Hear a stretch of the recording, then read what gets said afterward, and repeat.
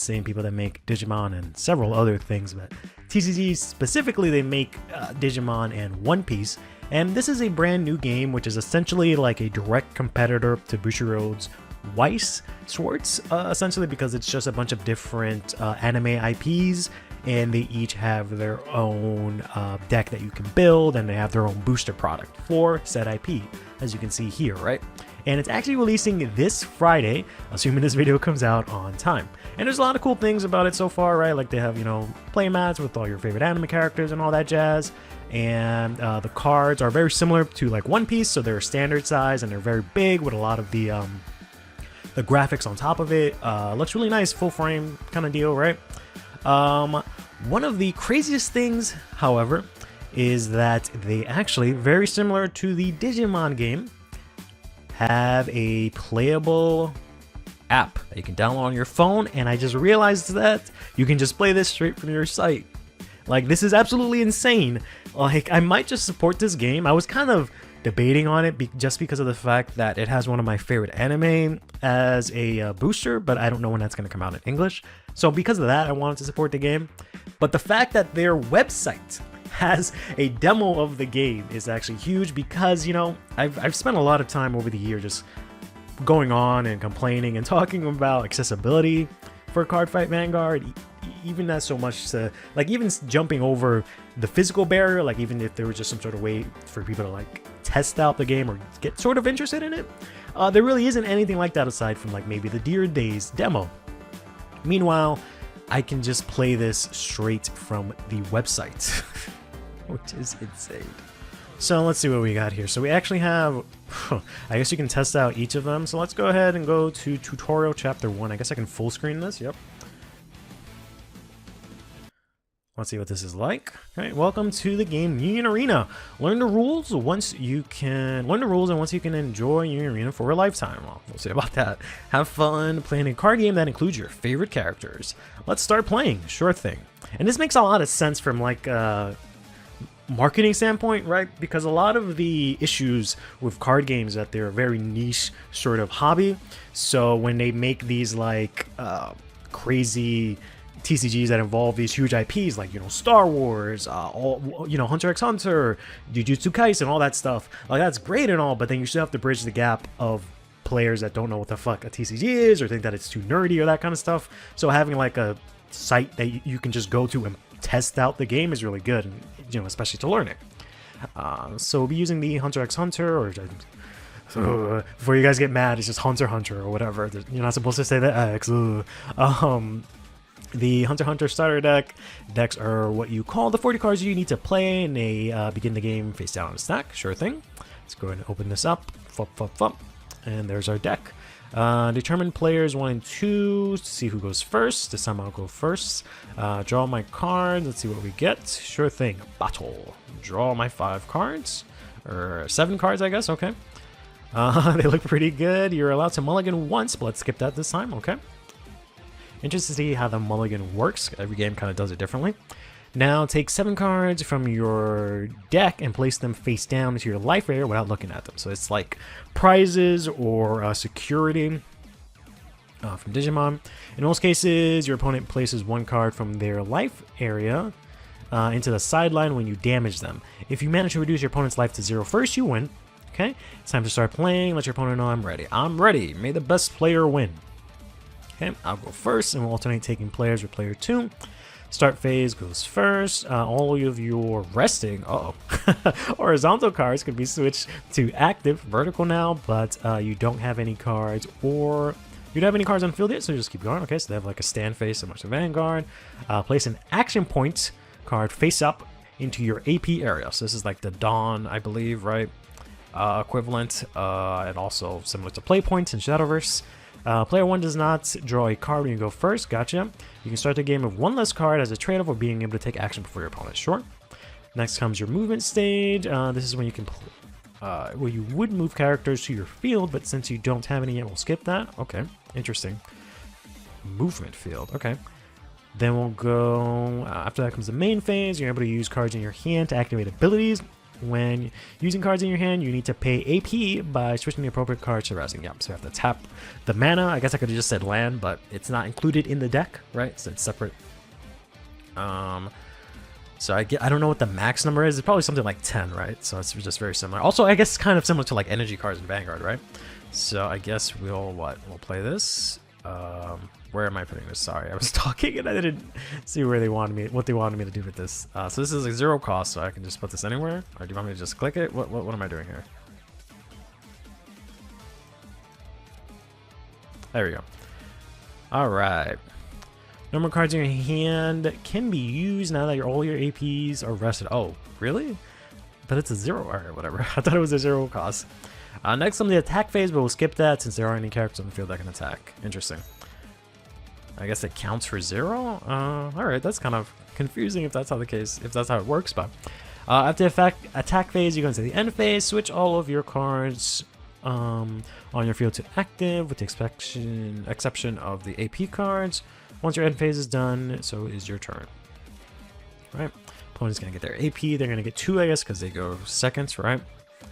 Yep. And they draw a card. Then they're going to play to use one of these. Okay, so I guess 0 does count. That's confusing. Why not just make it 1? But all right. They might have said that in the text box, and I just went through it too quickly. The one text box I didn't read, right? Looks like your opponent played a character. It's time for you to take your second turn, okay? If you have any resting, if you have any resting cards on your field, switch them all to active at the start phase. This turn, you need to take AP cards you switched and put them up. After that, place an additional AP. Yeah. So basically, you stand and draw, stand everything, get an extra AP. Player 1 gets 2 AP to work on their second turn. Finally, it's time for you to draw a card. A Doodle. Okay, got Killa. We don't want our opponents getting ahead of you, so play Leorio in your hand in my energy line, okay? This, which apparently I guess will cost 2. No, it just costs 1. Okay, so I guess no matter what you play, it costs 1, even if it's at 0. Okay. Has 2 energy generation when it's in your energy line, but you will have to return another character to your field to your hand. Okay. Maybe this is the energy cost? Maybe that's what I'm looking at. Maybe that's where I'm reading it wrong. Okay. Return one other character on the field with 1 less required energy to your hand, 1 or less, if you cannot return this character to your hands. Okay, so we'll return gun to our hand. Next, I have Whale Island side card in your hand. Let's play that to your energy line. You can have it generate energy also. Okay. Yeah, so I guess the energy is at the bottom. Okay, so this should cost 1. Oh, okay. So I don't know what these numbers up here are yet, but it is not my, it's not the energy cost for the card. Okay, never mind. No more cards can be used. Start the attack phase. Once again, I don't have any characters that are able to attack, so I can skip that. Okay. Seems very setup heavy so far. After the end phase begins, switch all your cards and active except AP. Yep. And my opponent will, yep, they'll get AP and draw a card. Any guesses on which cards they'll play? Nope. No clue. Looks like they were in trouble and drew another card. Once each turn, you can pay 1 AP to draw an additional card after your first draw if you wish. Oh, okay. Take an extra draw when your hand is looking a bit weak. Interesting, interesting. Okay. That's a nifty little system. If you brick, you can draw an extra card to unbrick a little bit. Okay, so also going to play Leorio to bounce back. Is that Gun's mom, or is that like Gun's lady friend from early episodes? How to play the game. Next, we're playing how it attacks, so you can win the game. And if you'd like to review what we've learned so far, replay Chapter 1, otherwise continue to Chapter 2. Sure thing. Okay. So that makes sense. Yeah, let's advance to the next tutorial. Does it pick off right where it left off? That would have been kind of nice, right? It does pick off. Oh my god, such a great tutorial. All right, it's time for player 1 to begin their third turn. If you're going to win, you need to start attacking. Correct. Ooh, I got a cool gun. You'll begin the movement phase now that your start phase has ended. Let's move a character that can attack.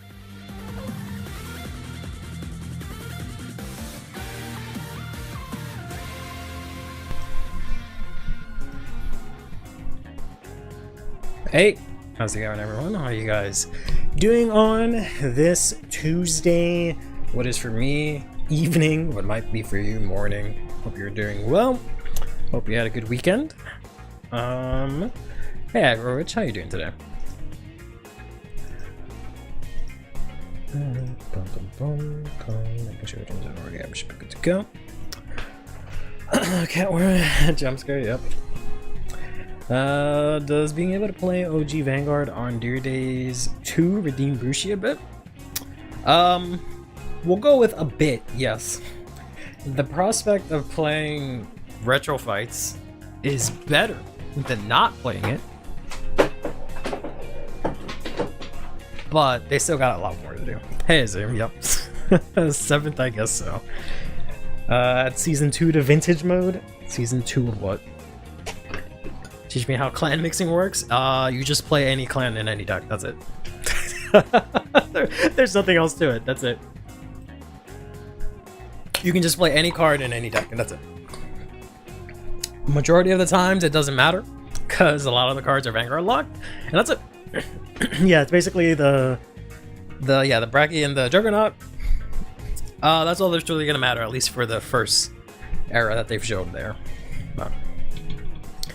And Nubatama and some Mega Colony, and that's about it. Yeah, it's something.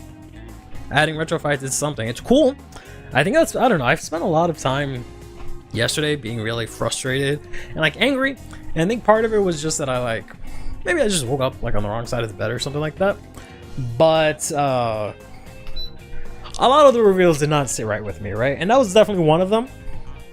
And I think part of the reason for that one is that would have been super amazing if it weren't for like the fact that, you know, everything revolving around 3 days too, right?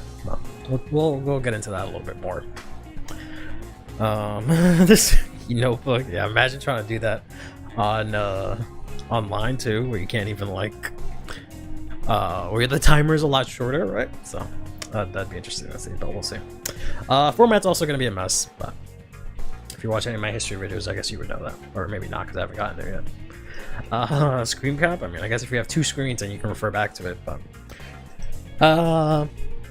you would think they would be smart and add some sort of log where you can check all that stuff. Maybe check my triggers and stuff like that really easy, so I don't have to like keep count. But oh well, we'll see. Steam Duck. Let's give that a second to load. There we go. Now I can actually progress. All right. So yeah. So we'll talk about the reveals of this morning, which most of it was going over the strategy presentation, adding a tiny bit more to it. But of course, we'll also be going over said strategy presentation. Not that there's too much to go over, but yeah, mainly there was just some of the cat girl cards and the generic for lyrical. Other than that, it was just stuff from the presentation, which we'll go over. We have some results from the drop zone from this past weekend that I forgot to post on the YouTube community tab, but we'll post that. And then we also have some results from Japan in the from the WGP Cup that they've been doing, right?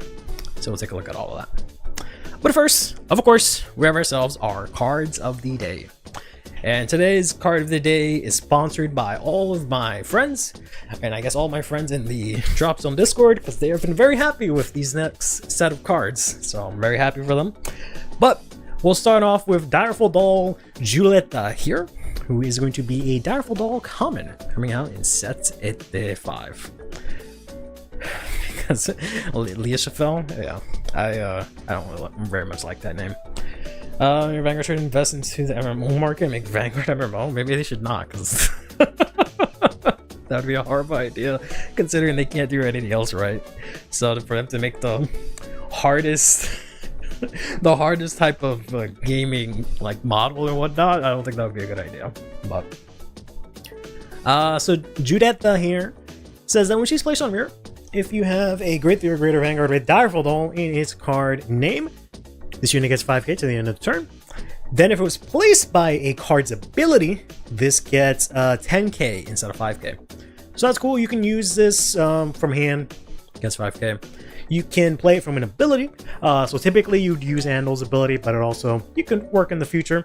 So it's a nice 20k beater, which is, you know, pretty decent. I actually kind of like this girl a lot, and she also looks really cool. And she uses a whip. I like whips as a weapon. I like whips as a weapon, specifically. I like her a lot. Whether or not she'll still play, I don't know, because it'll probably be mainly this girl here in the Direful Doll, Bal Tormea. Bal Tormea. So she has one effect that says at the end of the battle, this unit boosted. If you ever go into a greater Vanguard with Direful Doll in its card name, then you bind another one of your rear guards.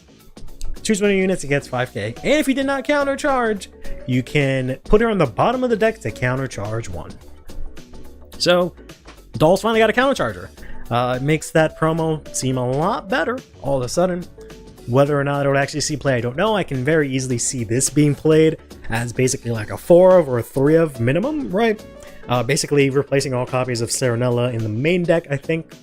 The fact that it binds another one of your rear guards is okay. You can technically play down a trigger, make a column with like a Direful Doll trigger and her, swing in. Then you can go ahead and bind that trigger to put it on the bottom and counter charge, which is, you know, you can technically stop playing the Almagister card and not have to be going second lock. So that's an okay option, right? That does make 13k. It can swing into a grade 3 Vanguard. It does let you then guard the next turn. It might be a viable option, right? If you can find some ways to very easily haul it out instead of you having to play a trigger from hand or something like that. If it's like you discard it, put it into soul, then play it out or something like that. Could be an option. Could be an option. I can't imagine how you feel about the new strides for Messiah and Chrono Jet. Yeah, we'll get into torturing Ek in a bit. Then we have ourselves here Coastal Assault, who's going to be a grade 1 in Stray Camp for none other than Flagberg. So when you're rearguarding in the same column as this unit stands, if you have Flagberg, you can Energy Blast 3 stand this unit. Prophecy happens, sort of, kind of, yeah. I don't know if this one will specifically see play. I feel like he's fine. If Flagberg was more like, I want to say, maybe not. Maybe, I don't think so, actually. If Flagberg was focused on the number of time units stood, then this would be kind of nice. If they make a new Flagberg that focuses on the number of times a unit stood without having to hit, that would be kind of nice too, right?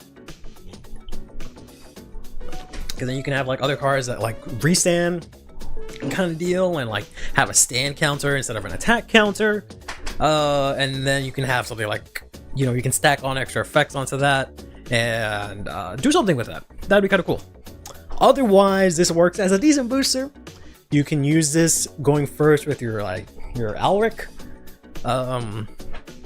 With the first swing to at least make that 18, and then, you know, restand her after that, make it 15 after she gets her power buff, and then she gets the booster again, right? So it's a nice little card. I don't think it'll see play mainly because of this card here.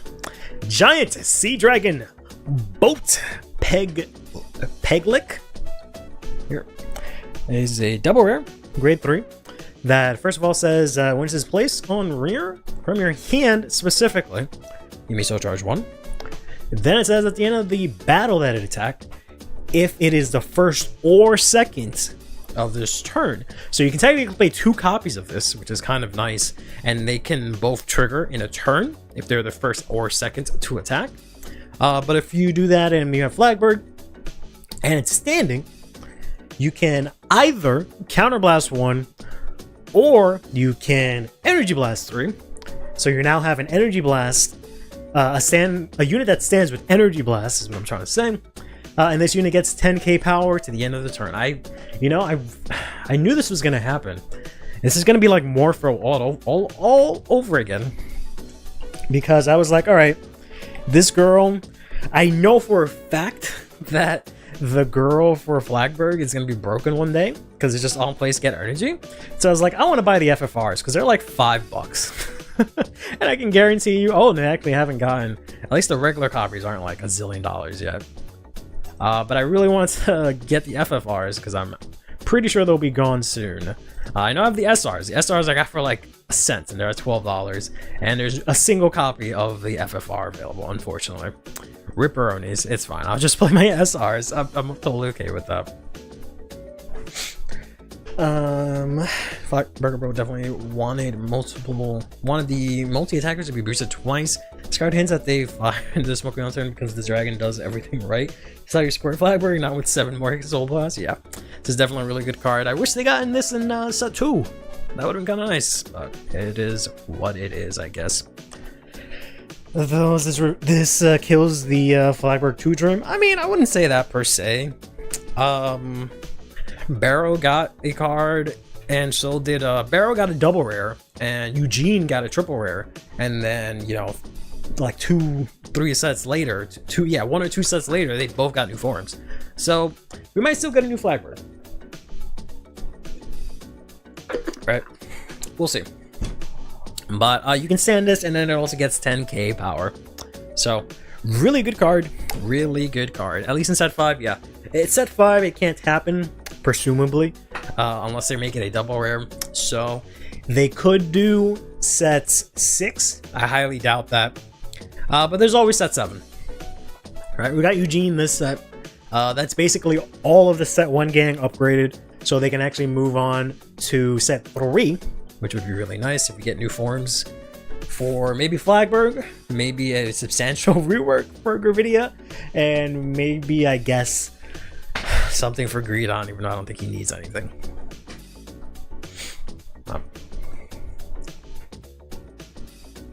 Then we'll go into this morning's reveals. All right. We got ourselves here in the competent director, Seplina here, who's actually a grade 3 common. That first says if you have Lisha Fell, she gets 5k. Then she says if this is put from rear into soul by the Vanguard's ability, Lisha Fell specifically, and your opponent's grade 3 or greater, all your front row units get 5k power to the end of the turn. So that kind of sucks because of the fact that it would have been nice if it like gave you the player that effect, kind of like how Barry from Love and Barry does, or like Tamarura or something like that. But it just gives your currently existing front row units 5k power. So if in the future there is some sort of card that can be called out from soul or from hand or something like that, or drop after Lisha Fell's skill, which gives you an extension, like an extra attack, it would not get the 5k. Right? Or it would if you like left the, I don't know. I guess maybe you could sequence it. I guess you could probably sequence it right if it triggers at that specific time, but I don't know. I just think that would have been kind of nice. I don't think this will ultimately see play, but maybe it will. I don't know. It's just like fine. You know, getting 5k to front row is like fine, but I guess, yeah, it's just because of the fact that it activates so late. So I don't know if it'll actually do anything. I just realized chat didn't update everyone when I was on the phone. Oh, whoop. Finding something Lisha Fell that doesn't CB1 for any part of her skill. She's an economical option for people that can't afford to bash reprints. Did I miss my thing? You missed your thing, yes. We already missed. Unless you had something. Did you already test your thing and have something that you wanted to mention? Sure, fine. Fuck Lisha Fell, right? So you're fashionably late. All right, let's talk about Pegliac. You played a bit. It was so much fun. Okay. Are you playing or considering, or have you tried the grade 1 by any chance? Because that's the one I'm not sure about. The grade 3, you know, common sense, I guess is the word I'm looking for. Use it, but a lot of people are saying to cut Inlet, but I don't believe in that. He's like there. I don't know. I feel like Inlet's still really good. Especially in terms of like multi-attacking. Like, I guess you could it still does give you soul and draw 1, which is still good. So I don't know. There's an answer. Alright, sorry about that. You want your Trident, yeah, Battle Siren, and the grade 3 triple rare, yeah. But I mean, I guess you can only play 2 of those, but yeah, you don't really have a lot of space after that, huh? Locks away in second and dies to a defensive. I mean, it's the first attack, so I don't think it can die to a defensive unless the second attack, they swing in there's defensive, but it's like, whatever. I don't know. Still a good piece in the deck, it doesn't get cut. Yeah, I don't think so. Like, I know there's difficulty of making space. Like, I feel like you would probably, assuming you still run 3 copies of Flagberg Persona Ride, it's like in main deck, you would have like, what, 3 Flagberg? Maybe you could get away with like 3-3? Like 3 Flagberg, 3 Inlet Pulse, 4 of the new guy maybe, or like 3-3-3, and then play like Forbidden Doll, and then that gives you a higher chance to search everything really easily? Something? I don't know. You don't have as much shield as well, so drawing is much appreciated. Yeah, definitely. Ascendants and Arix are much better than Inlet Pulse. Ascendants can't hit into a grade 3 Vanguard by itself. So there's that. So going second, he's kind of ass. He's Counterblast. Arix is great, but I don't know. Cut Trident down a bit. Ascendants I hardly use in texting. Yeah, I guess. So I was like the ideal board, like the grade 3 dragon, the Arix, prize trident, and then like the mermaid girl. Essentially, is that like the ideal game plan? Because that way you can get the energy, you can give the power to something, and you have your 5 attacks easily, and you can countercharge and get soul back to refund.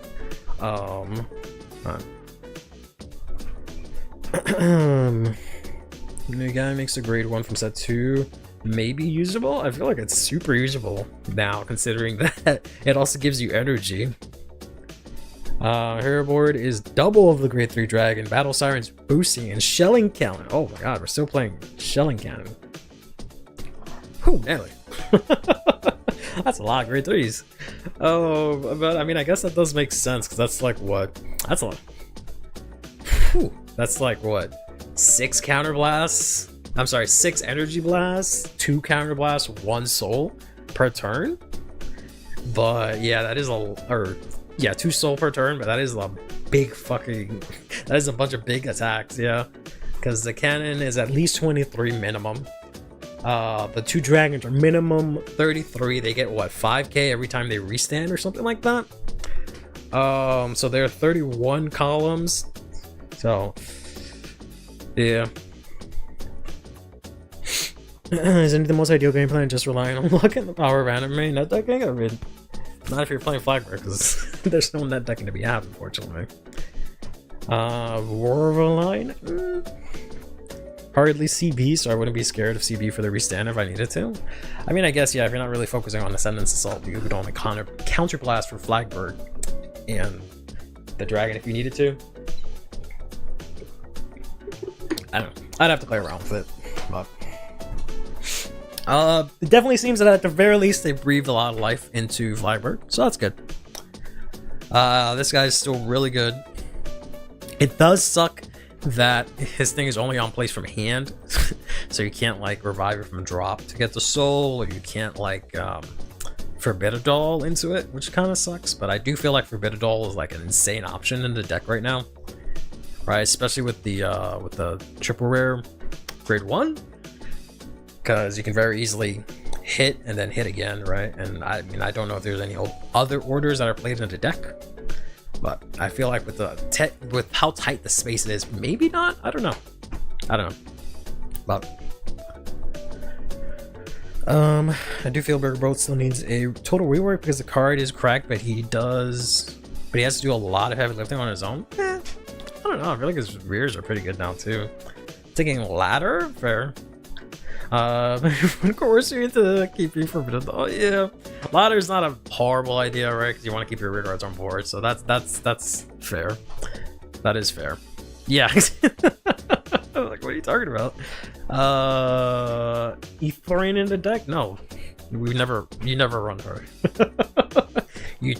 She was never run. She's kakapupu pee.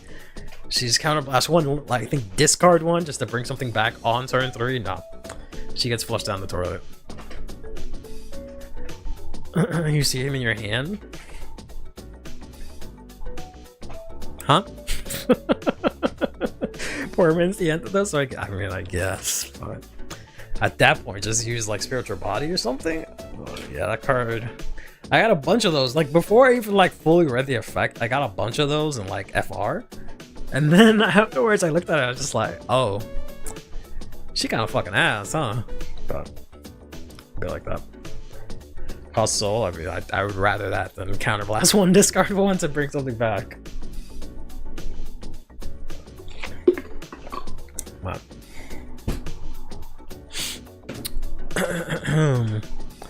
2 copies of the grade 1 battle siren. I think 3 or 4 is good. Yeah, I was definitely thinking 4 of that, 4 of Trident, 2 of the triple rare. But I don't know. Well, maybe we'll take a look later and see if Habitat and Command Restraint. Yeah, I don't know about playing any orders, to be honest, but I don't know. We'll get back to that in a bit. Probably not, because we have a lot to go through. But we'll see. We'll see. Yeah, like maybe if you use the Sorga line specifically, but I don't know. I feel like aside from like Forbidden Hall or something like that, using some orders, I don't know. It just feels like it doesn't. I don't know. Is my only non-regardless order as it's costless? I mean, true, but I'm thinking of it as like Barrow, right? I'm using Barrow methodology on Flagberg, in that like instead of it being, if this card doesn't soul charge me, I can't use it.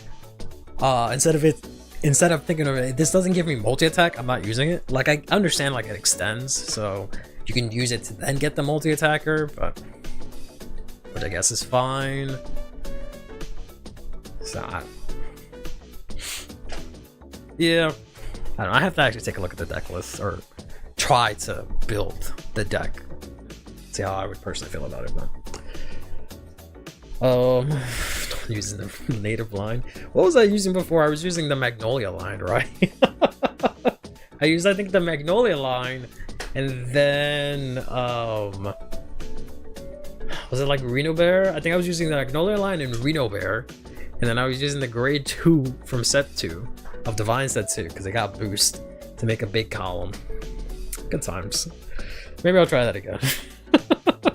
But in any case, let's talk about some cats real quick, or some lyrical girls. We've got here Weaving Thoughts Together. Shahankel.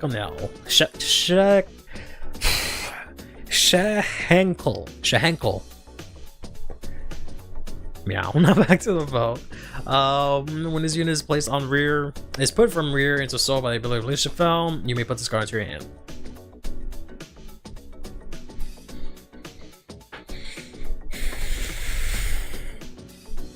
Shed cool. I want to say this is solid. If she did literally anything else, this would be good. The fact that it's just a 10k booster that bounces to hand, it's kind of whatever. Like, yeah, this could have easily been a common AI. I mean, it might be German or something of that sort. Like, as much as I want to try lyrical, it's not my thing. And no, I don't hate women. It's because you hate women. Unfortunately. Yeah, if this at least did anything else, like got 5k, gave the Vanguard 5k, something. The fact that it's just bounce a hand is kind of like whatever, right? You can't use her in your turn 3? Why not? You mean until turn 3? Oh, because she would. Yeah, I don't see the point of it. This, on the other hand, this is fucking crap. Cracked. Absolutely cracked. I'm drawn to edgy boss units. I mean, we have Flam Glam. They're pretty edgy. Give me some kind of meat. Is it German meat? But so we have Clover Hearts, Nelly Lenia.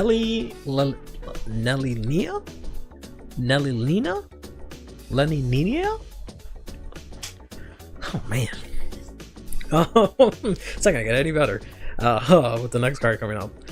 So when this is placed on mirror, if you have Leadership Found, you can counterblast one, choose a grade 2 or less normal unit from with a different card name from this card or Sentinel from your soul, put it into your hand, and then you may soul charge one. So it allows you to tutor out something from your soul or replaces a card with it. They're a bunch of fucking cowards because still don't want us to grab Sentinels for whatever reason, being a bunch of babies about it. This very easily replaces the Seiya from the trial deck. So instead of Soul Blast 1 to look at the top card to fill up the board, you can literally just play this. CB1, grab anything, call it out. Right? You can combo this with Frenchette. Right? You can have Frenchette in this. Frenchette goes to Soul or whatever, and then you can play Frenchette, I should say. Bounce this card to hand. Frenchette goes to Soul from the skill. The next turn, play this again. Counterblast 1. Call out Frenchette. Rinse and repeat. Right? Doesn't Peter read German, but I can't read German. That sounds about right. Why is every Lucifer support CB1? I don't know. But I think it's fine. Right? She needs Counterblast 3 for a Divine turn? No, she does not. She does not need that much Counterblast. What are you talking about? There's no way. There's no way she needs Counterblast 3. Where am I looking for? I'm looking for this, sorry. At the Sylphe Mini. How does she need Counterblast 3? What are you on? What are you smoking, Boyang? And can I maybe have some of it? Not really, because I don't smoke. So her divine skill is Counterblast 1. But that's it. Right? Unless you're using this, but that's not mandatory. Play Frenchette and Listica. I don't remember what my list looks like, but probably, yeah.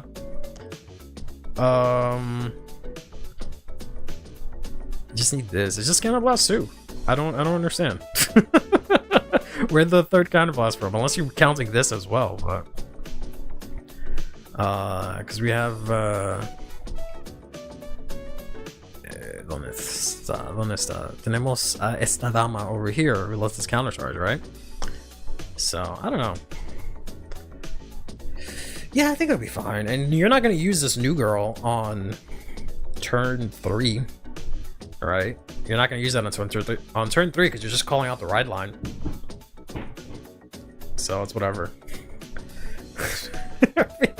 Sure. It's literally a Zeme week. I hope you're handling it well. Yeah, you're not playing this until turn 2, and then after that you don't need to counterblast, right? Aside from the restander, because you already use your divine skill. You don't counterblast ever again for the Vanguard skill. So you just counterblast 1. So it's just counterblast 2 maybe every turn, but then you have a countercharger. So I think it's fine. The new girl of 3 of, I mean, basically she's only on place on turn 3. You can't really use it. She has no value on turn 3. So yeah, 3 of sounds fair. Oh, sorry, that one. But she also has another skill that says when she boosts, if you have Leadership Val, you can Soul Blast 2 and she gets 10k power to the end of the turn. So again, another effect that you want to use later in the game, not really early in the game. Unless you go first, then I guess you can use this effect. Maybe, right? Because you can very easily fill up that 2 Soul Blasts really easily, but yeah. I think this girl replaces the Rainbow Cat? Rainbow Cat. But yeah, this card's really good. I would say run this at 3. It's just like, what would the list be? Like 3 of this, 4 of the countercharger, 3 to 4 Rhesus, I don't know, maybe 4 Rhesus, none of the other new cards, right? So I feel like this is pretty good. Like I said, it works really well with French Jet. Technically, you can also combo it with Yuika if you really want to go that route, right? She works both ways. The only difference is that Yuika would not get the power because she would be placed after the unit, but you wouldn't be able to use the second skill, which is kind of whatever, but yeah. Semantics, I guess. But pretty good card, right? Rainbow Jeweled Beast? What the fuck is that? Why are you talking about Yu-Gi-Oh cards? This is a card fight stream. What do you mean? What do you mean by that? If I can't look up this card name and it doesn't come up, I'm gonna be real upset. If it doesn't come up, frame 1, I'm gonna be real upset. Shit, it came up. Fuck, it came up. Why would you use this per se? What are you soul blasting? Or how are you soul blasting where you can use this thing?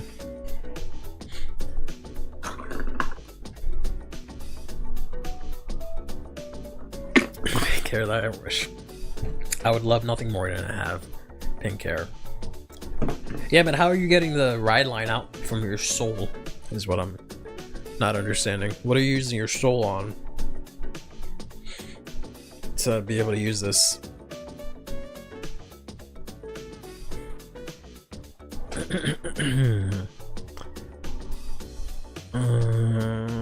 Dropped in play so hard. Good. That's good. So not $1 million.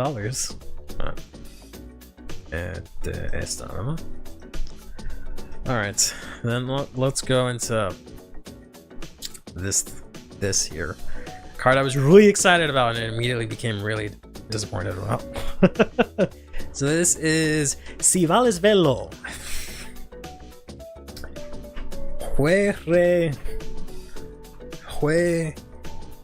don't know. I don't understand what sound this is supposed to make, let alone this.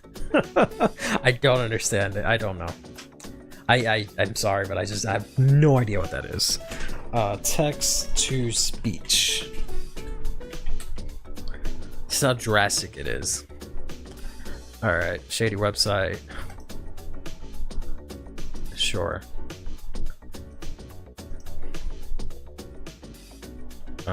Here.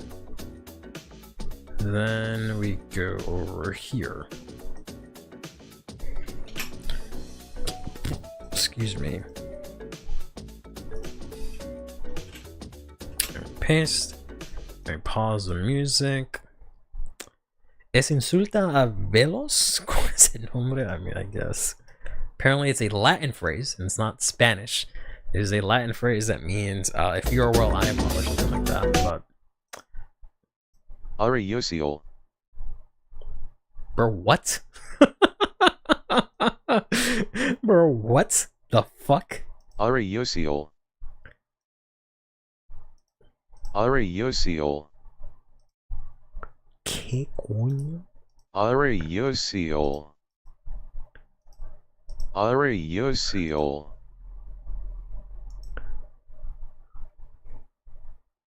Huh? Are Yosiol. Areucio? Are Yosiol. Nah, he don't know what the fuck. He don't know what the fuck he talking about. That motherfucker don't know what that David. He don't know what the fuck he talking about. He full of shit. Oh, unbelievable. UCO? Yeah, there's no way. There's no way. There's absolutely no way. David can go eat ass. That was the AI voice name.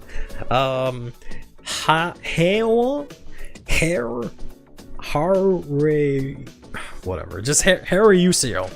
That's what it's gonna be. That's what it is. That's what the AI says. Who am I to judge? AI said that it's Harry UCO, so it's Harry UCO. So si vales verlo, Harry UCO here. Has the same effect as the generics that we saw from last week that just says if you have a G-Zone, you cannot use any of these following effects. If you have no G zone, you can discard this from your hand on turn 3 or later. Take 2 cards from your soul or drop that originally in your right deck, put them back face up in your right deck. Then you look at the top 7 for up to 1 grade 3 that is not your Vanguard, add it to your hand, and then shuffle your deck. If you did not find one, then you add this card back to your hand. The important part is this last part here, where they have this skill that says that you can guard with this and they get extra shield, but the condition for it is based on the nation.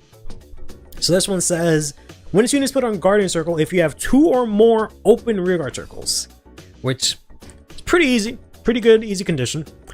This gets 5k shield until the end of the turn, so, or end of that battle, I should say.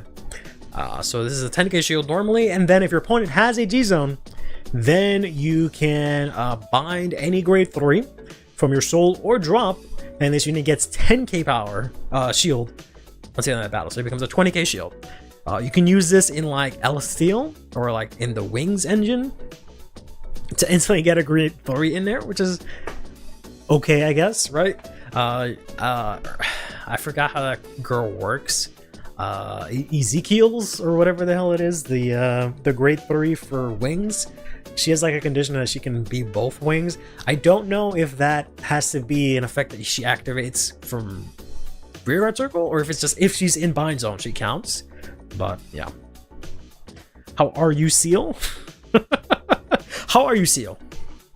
Fair enough. Yeah, we'll go with that one. Blame it on El Quijote de la Mancha. I did not like that book, and it turns out it was a huge part of the finals test. I never read that book. You bind her from hand? The Celestial card? No, it's from. Is it from hand? I was just Googling the book. Unbelievable. Unbelievable. Learn Spanish. Pay attention in class. Yes, this is alright. I could just look it up. What am I doing? Right. Turn on this. Get rid of that. Go to your grade 3. It's like the first one that was ever revealed ever of all time. Not her. I love her. Was it 9? Oh, there it is. So it says when this is bound, both your white wings and black wings of your cards are active until the end of your opponent's next turn. That's kind of crazy. Hold up now. That's kind of crazy. When this card is bound, both white and black wings are active to the end of your opponent's next turn. So if I'm in my opponent's turn already, right? Does that mean that it continues on my turn and then my opponent's next turn, then it's still active? Because that's kind of crazy if that's the case, if I bind it during my opponent's turn. Yeah, sounds pretty good. El Quijote has no right to be alone for a story that simple. Yeah. From deck and then bind her from hand. Oh, this is from hand, you mean? Oh, this is in the way. That's what you meant. I really have to put all this stuff on the deck so I can very easily go back and forth. No, it's not. It's from Solar Drop. Heck, stop just saying shit and fucking me up. Stop just saying shit. Like, what the heck? You bind this either from Soul or Drop. What are you talking about? What? 3 years of honors English for some reason? Yeesh. You must hate it being here. Binds. I'm not... Man, talking about the grade 3 and now you're all of a sudden talking about the grade 2. Unbelievable. Go to jail. Yeah, so I don't know how that ruling works, but yeah, this sounds fine. I think it was confirmed that this does not work for any of the dress-ups. I think they mentioned it on stream. I remember bringing that up last time. So it doesn't work for any of the dress-ups because they have the same names, which sucks. But there's still a lot of good targets that you can use for this. So this is decent. The art looks really cool too. It's for once, it like this. Anytime they draw a lyrical girl that's not in a schoolgirl outfit, it's just the best thing in the world, right? Any semblance of variety is great in this goddamn nation. Well, you can get him banned from the game. Yeah, I guess he could. Maybe Kyrie can use this. No. You don't, I mean, I guess, but you don't, don't think you have a need for it. You don't want to search out the grade 4, right? Because you write that straight from deck. You can get the dragon, which I think is the only other grade 3 You play in the deck or in order, but like I don't think there's space or justification to play this. I guess you can use it for the shield value, but again, you'd have to have the dragon somewhere. So I don't know. She could. I don't think it'll be that feasible, in my opinion, but I could be wrong.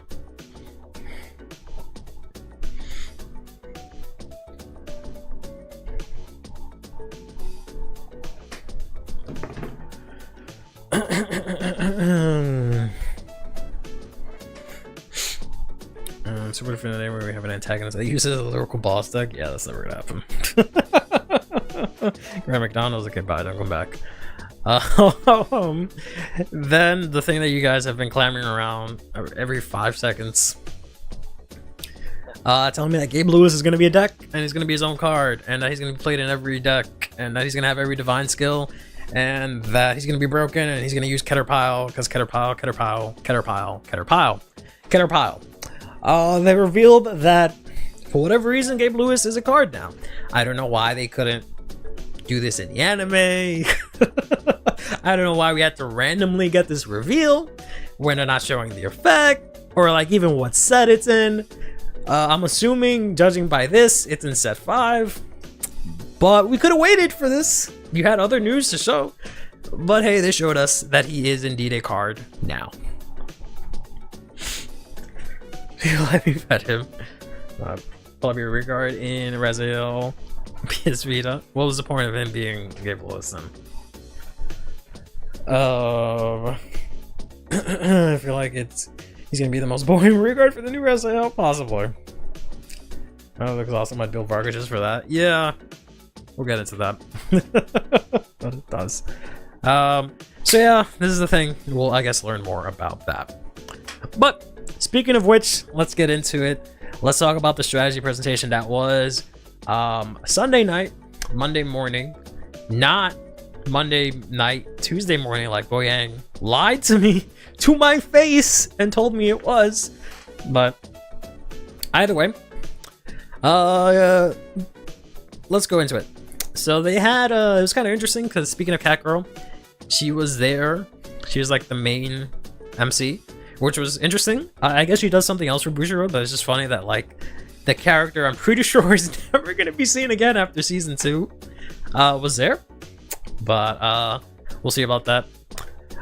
They, of course, they talked about the anime. They had this nice shot where it's like, I guess almost, it might be maybe 2 or 3 or something like that, but it's just random shots from the anime, or at least episodes that we've seen so far. She's part of the Bang Dream project. I figured as much. 40 seconds it counts. Yeah, I don't know about that. Does it doesn't Kingdom leverage us? I mean, I'm pretty sure they already revealed the name, but sure. Which of these screen caps is your favorite? I really like this one. This is a classic. I gave him some facial hair. I gave him a chin scrap by accident. There you go. Oh, it's totally accidental, but there you go. Now he looks like me. Perfect. We finally made Sho less boring, and we gave him a beard. All right, perfect. Let's see. I like Masonori going batshit insane. This one, I guess. Okay. I like this one. I like anything that has Kyon in it, because I really like Kyon. I really like Sendika. Young Now was cute. Current Now was cute. Did not really like this episode much, but it is what it is. This series of episodes was good. I love this episode. I love Little Now. So adorable. Crazy. Crazy Now. That's cool too. Gave Masanori a big necktie? Yeah, I guess I did. We'll have to see if we can... How do I do this without it looking like a fucking dick? There we go. There we go. Whew. Beat the dick allegations real quick. Masanori sense would get me kicked out? Yes, it will. It would indeed will.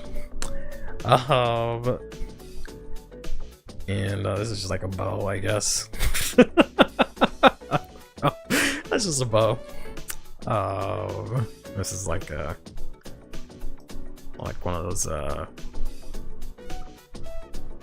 forget what they're called. It's like armor now. So that's kind of cool. Draw something stupid and Taizo.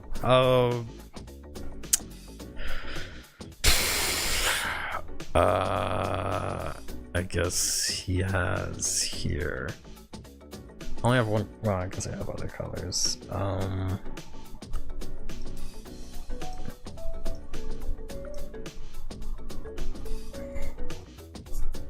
And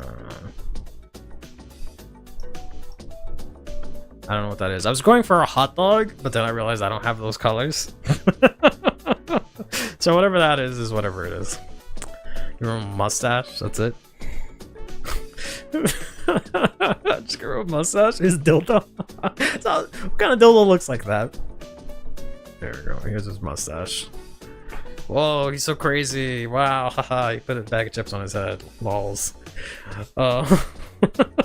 Did they spoil Dustin King leverage dress? I mean, I don't know if that's what it's gonna be, but it's gonna be something.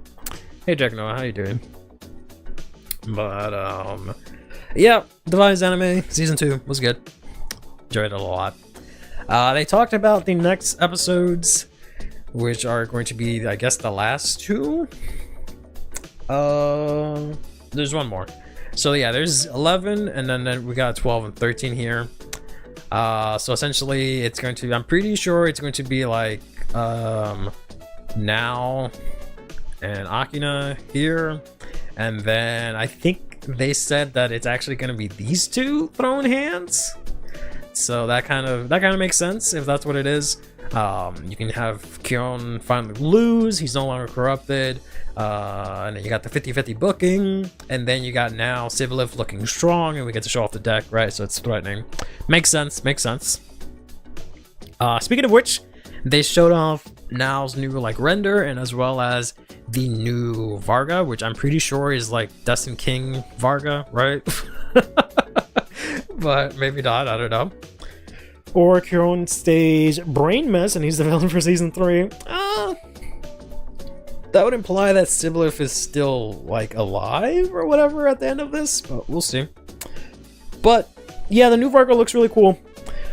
Hopefully he plays cool, because like I just wish Varga was just a little bit more interesting for me. If he just had just a tiny bit more spice, right?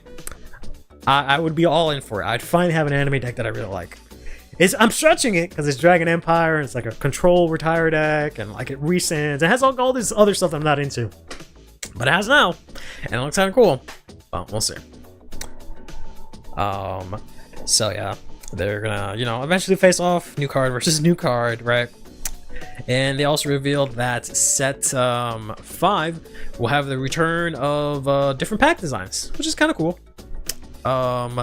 So we'll have the Leo Odom that we've been seeing this whole time. With Hikari, we've been seeing Raziel Vita with Akina, who also has a new render, which I guess is cool. And then we now have Now with the new Varga. I feel like if you put this, hold on. If you put Now on the cover of the box, you would sell so much more money.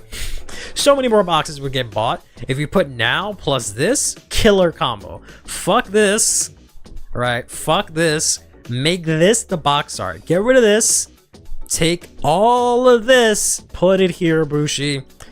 Instantly sell 50% more boxes of set 5.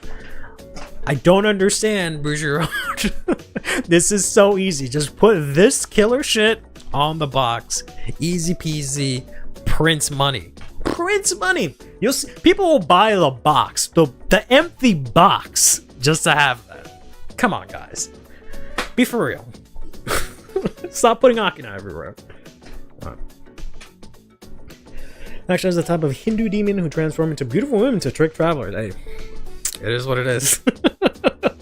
People simp hard for now. Yeah, and they would easily simp really hard for just having her on the box, and it would attract so many people if they would just do that. They gotta put their milquetoast, bland protagonist on it. He's like bland, but yeah. Hey Crowder, how you doing, buddy? At this rate, we will get evil now sleeves and deck boxes. I really hope so. Kind of, because it's gonna be fucking an arms race to try and get all the now merch before everyone gets their hands on it. But yeah, too many waifu out there. Nah, more waifu. Never too much waifu. We need more waifu. We need less of fucking this boring ass dude with his boring ass sweater. More of this, right? Like, look at these designs, right? It's just fucking anime guy in sweater, anime girl in dress, and then like all of this. Are you kidding me? And you're gonna put this one on the cover just because it's fucking this dweeb and this dweeb? Nah. Come on. Serving cunt, seriously. She's serving so much they had to cover up. They had to cover up her belly button, right? And like her part of her lower body with the logo, right? They're like, nah, we can't, it's too much, right? Unbelievable. And she's even, I'm pretty sure she's taller than the two of them, right? So they moved her down just to have the logo covering her. Like, nah, unbelievable. We need more cleavage? Nah. The belly button's enough. Belly button's been enough so far for everyone. To keep the plot twist secret. Plot twist. PC burnt out for some reason. CPU or motherboard shot. Eesh. Might have overheated, I guess. I would love if in season 3 now kept Descent King Varga as her permanent vanguard. That's kind of awkward. Hey guys, remember when I was evil and I used this card to kill the whole world? I'm gonna keep using it. If there's just a step on me, mommy, I mean, kinda, yeah. And also similar views to her. I kind of hope that they have new character designs for season 3. Because I've been shitting on this man's drip since he was like frame 1, since they revealed him, right? So hopefully he gets an upgrade. She seems like she's gonna be important now, so hopefully she gets something a little bit more interesting looking. But I don't see how they can go from this back to what she was wearing. They're gonna have to give her some sort of cool outfit or some sort of cool look in between, right? You can't just go from like she had a good design before, but you can't just go from that to this and then just go right back to it. Like, nah, you gotta do something. Be banned from wearing red. It's so ugly. Yeah, seriously. Honestly, if it was just like, even if it was just like fucking black, right? If he just had some sort of something, like some semblance of drip, if only he had just the minorest semblance of some sort of drip here, right? So let's pretend he has like a black, right? If it was like black and red, right? Oh, I can't do that. Hold on. Shit, I erased the whole thing. I'm sorry for the eraser button. Okay, let's do this. And then we do this. I'm trying to get the outline. I thought this was part of it, but it's just stupid ass rails of wing. And then we're gonna do this so you still see the outline of his arm. Then we're gonna go back here and we're gonna make this black, right?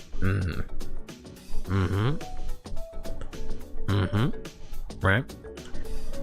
And then give him like one of these, right? Make him edgy and cool, right? And then hold on, fill that out, right? Put one of these on this side, right? Look how much cooler that instantly looks than whatever the fuck he has going on right now. Let's do one of those real quick.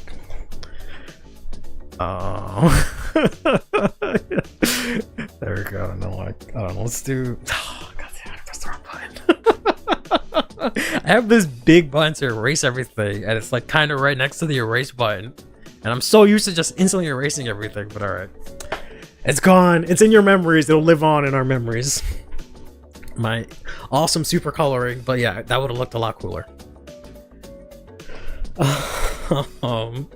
What? How many Vargar support is compatible with the new Vargar? It's gonna have to be a lot, because I don't know how much they can fit into that one set. Especially since Eugene took a bunch of spots already, right? Well, maybe not. Maybe Eugene didn't take much. Never mind. I think you outfit from Wildrose for work at Akina. Yeah, that'd be sick. Give him the red jacket. Akina's top looks like a typical checkered tablecloth you'd see at local pizzeria. Yep, that's why I keep calling him Pizza Boy sometimes. I really wish he would get a new drip. Really hope he does. You're back with a hamburger or steak. I thought you went for McDonald's. They don't have steak at McDonald's. What the hell are you talking about? If Akina stops being a doorman, he can graduate to clothing. It doesn't look like he works at Domino's. Yeah, we'll see. Bro, it's too poor to afford fancy clothing. Gotta save up money for his sister's college fund. Maybe a black and red hoodie would work with Akina. Literally anything. Just get rid of the sweater. Put something over the sweater. Something, right? I don't know. Pizza box logo. I mean, you can just put like I don't know what a pizza box looks like, but you can just literally put that in there. But all right. Anyway, sorry. I don't know why I'm in such a drawing mood today. So yeah, 3 different pack designs. Love to see it. Then we got some updates on everyone's favorite product that we're probably not ever getting. The Koro collab, right? No more. Yes. I wish I had to zoom in. I have to get the zoom in so we can zoom in on. I don't know, is this shrine that's selling $5 bentos? Good God. He gets a new sweater that's the exact same, but the colors are inverted. I'd be very upset. To put it lightly, I'd be very upset. But the only thing they announced here is that they revealed the I guess Koro rare that it's gonna be in this new set. So they also announced that they're gonna be reprints. So they're reprinting the blue OT with, I guess, some buddy fight dude or something, I don't know. And then they're reprinting the Shinri, I think it was. No, it is Shinri, right? Excuse me. Yeah, Shinri, but with some penguin thing. I don't know. And it's like a combination of the, like, it's kind of a combination of the Verena frame with like the silver from the silver rare from the SR. So interesting frame. It's Shinri, right? Yeah, Shinri and Blue team of Jaden from GX. Oh damn. That's one way to get me into Buddy Fight. Use bigger flight to Japan and hope most scalpers buy all the Koro stuff. Was that some of the first series protagonists? Oh my god, you guys are gonna tell me about that one card where you have to be someone's son or whatever again for the 100th time, right? Next, and no more buddy fight, next. 1 per box ratio is not that bad. Oh, okay. So I guess, is it like, I wonder if they still have SRs or if it's just gonna be this as their SR, which would make sense considering it looks like an SR if you look at the bottom, right? It just has a frame, so. It does suck that the text box stays, but I guess we'll see. That also doesn't matter too much because we're probably not getting this product. Unlike this product here. You ready for this, Ek? You ready to relive your nightmare again? So we finally got some information on set 6 as well. That information is that everyone's favorite stride decks in Chrono Jet and Messiah are now getting another stride. And it's going to be in set 6. So we're getting Chronos Command and we're getting Trans Else for Messiah. And what rarity, I don't know. What this will be like, I don't know. If anyone else is getting any, we don't know yet. They mentioned they're doing something for their 10th anniversary. I don't really know what. I just know that the original creator is involved. I don't really know. I've seen this slide a billion times and I've looked it up a bunch. And I don't think there's like any actual information. But I guess there just will be something for it eventually. I don't know.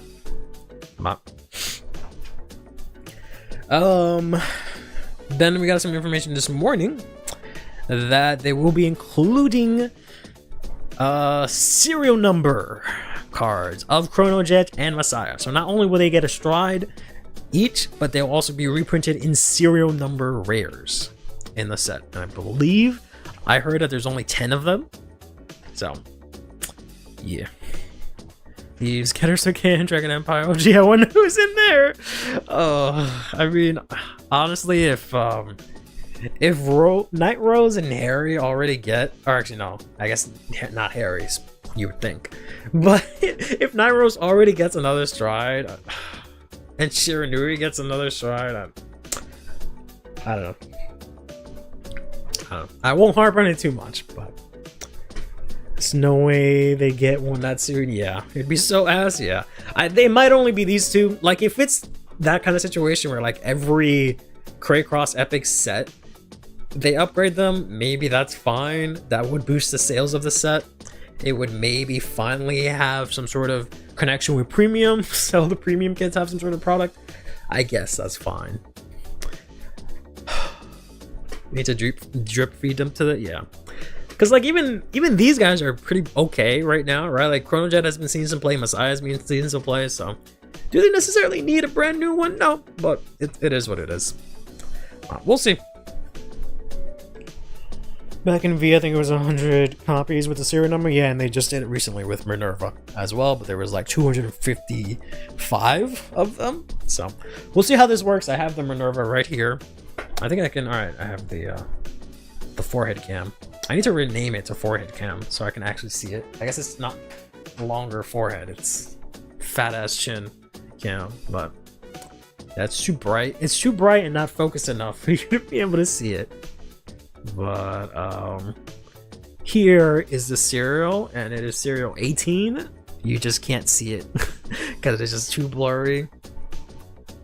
It's not focusing in on, it's not obviously focused in on it because I don't have autofocus, but I can't get it to like actually show up, so just take my word for it. But it is there. Right there.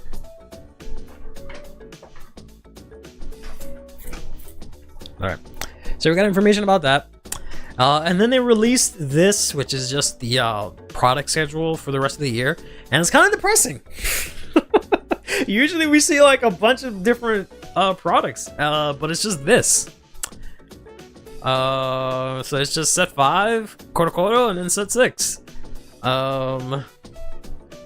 We don't know when we're getting set 6. I'm assuming, unfortunately, it might end up being February or January. I don't know. We have no idea if we're getting this, and we are getting this in December, right? So this is December. Then we're getting the Stride deck sets, and then probably this, and we're probably entirely skipping this. But I don't know. I'm hoping that by some miracle we get these, because they will have, you know, starter deck products. But it is what it is. And the old art, like the Ched and Messiah one, yeah, that would have been kind of cool. I don't know why they didn't do that. Not that her new art is bad, but that would have been really cool, yeah. But, oh well. Then we got this. We got what everyone always waits for when these things come out. We've got the ban list. And they did it. They did it. They hit Shoujo Doji. And they hit Shiranui. And it's not even a choice restriction. It's just straight up one copy. I don't give a shit what deck you're playing. You can only use one copy of these. So you bought this Stride deck set? Go fuck yourself. You can't use this, right? Go fuck yourself. Your deck product sucks already. So this is interesting. The real Doji is still solid, but Nua is hurting. Yeah, I feel like this is like whatever. Is what I was thinking when I saw it. I was like, I feel like this is just whatever at this point. Like I didn't even give a shit anymore. Then I saw that Nubatama or Shiranui topped like 4 times this same weekend, and I was like, you know what? Never mind. This is justified. This is correct. This is fine. I'm okay with this now. All right, I've come to terms with this. This hit feels kind of whatever. I feel like they just needed to hit it. I would have rather this been a choice restriction, if I'm being honest with you, so that at the very least, Megalaguchi doesn't catch strays. But yeah, this to 1 kind of hurts the deck, but it's really not that big of a deal. Hopefully it slows it down where like everyone else is like on par, because the understanding is that, or not, I shouldn't say understanding, but the feeling is that Shoujo Doji was just a cut above everyone else. Like everything is really close together. Like a lot of decks are really clustered together, but Shodoji was just an edge above all of them. So now, presumably, that'll bring it back, and there's like a good giant cluster of decks that are playable, but we'll see. In a second, because we'll actually talk about that right now. Should limit every stealth card to 1. Didn't Shiranui have Seki, which is another restander? Yes, but it doesn't get power until second stride. Out of all the cards that could have hit in Doji, this was probably the worst one. I think they'll be fine without it. So his early game is hindered? I mean, it's not so much the early game, it's more the consistency. The early game is still there because they can still call out the grade 3 from top 5. So they just have a little less consistency, but the deck was already super consistent anyway, so it's kind of whatever. Sorry, worse as in like they could have hit better targets. Yeah, it doesn't do much now. But I think it's the only hit that they actually could have done, right? Because they're not going to hit the new cards that just came out. And like, I don't really think that there's really any other card they could have hit, to be honest. So it was the only one. Sorry, I have to vent your happiness. I didn't see your message. I don't know if it got deleted or something, but glad you're happy. But all right, let's do some messages from the drop zone real quick because it ties in to what we just saw, the ban list. So before every stream, I put out a post on the Discord to see if anyone wants to discuss anything, or rather have me discuss something on stream.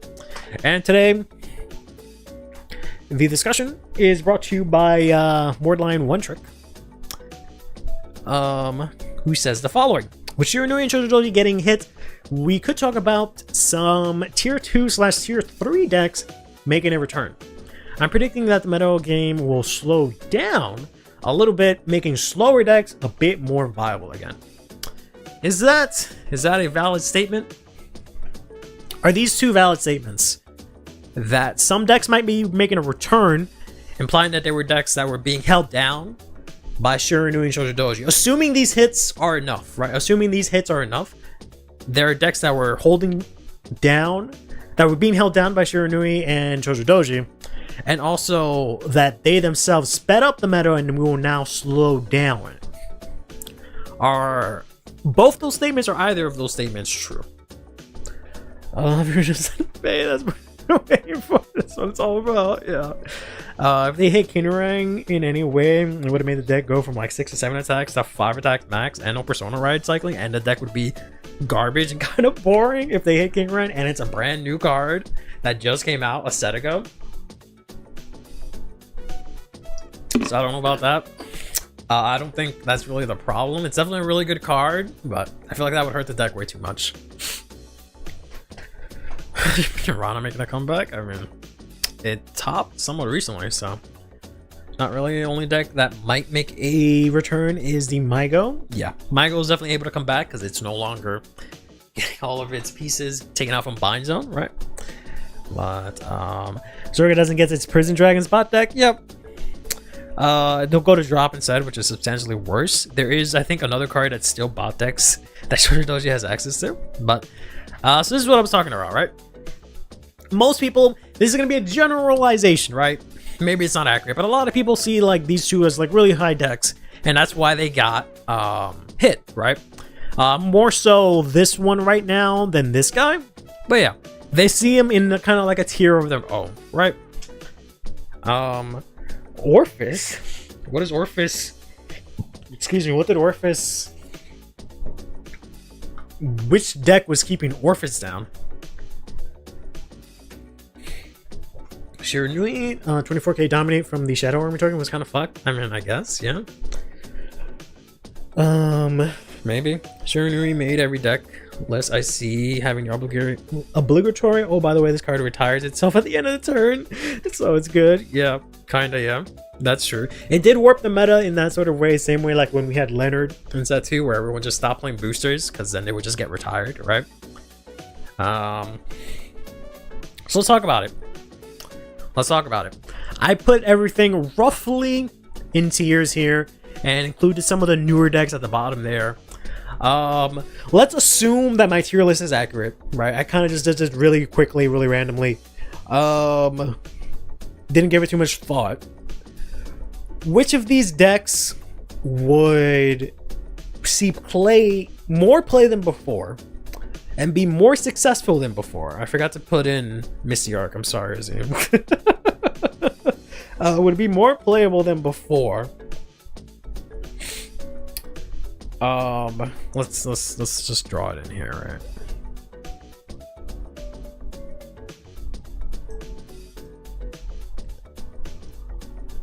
Something like that. Right, that's Misty Arc. That's Misty Arc. Which of these decks would improve? Now that Shoujo Doji and Shiranui have been hit. Raziel? Why Raziel? What was Shiranui / Shoujo Doji doing to them? Surprised you put at that low, to be honest. Where did I put him?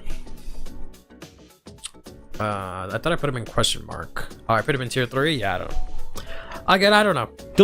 Don't think too much of the actual placement. I kind of just threw everything quickly together. Why is Lemme not tier 0? Sure thing. So I know the obvious one is here Michael, which can come back because it focused on having stuff in bind. Another one, I don't think I have it here. Glass might actually become playable because it just instantly loses to Shoujo Doji.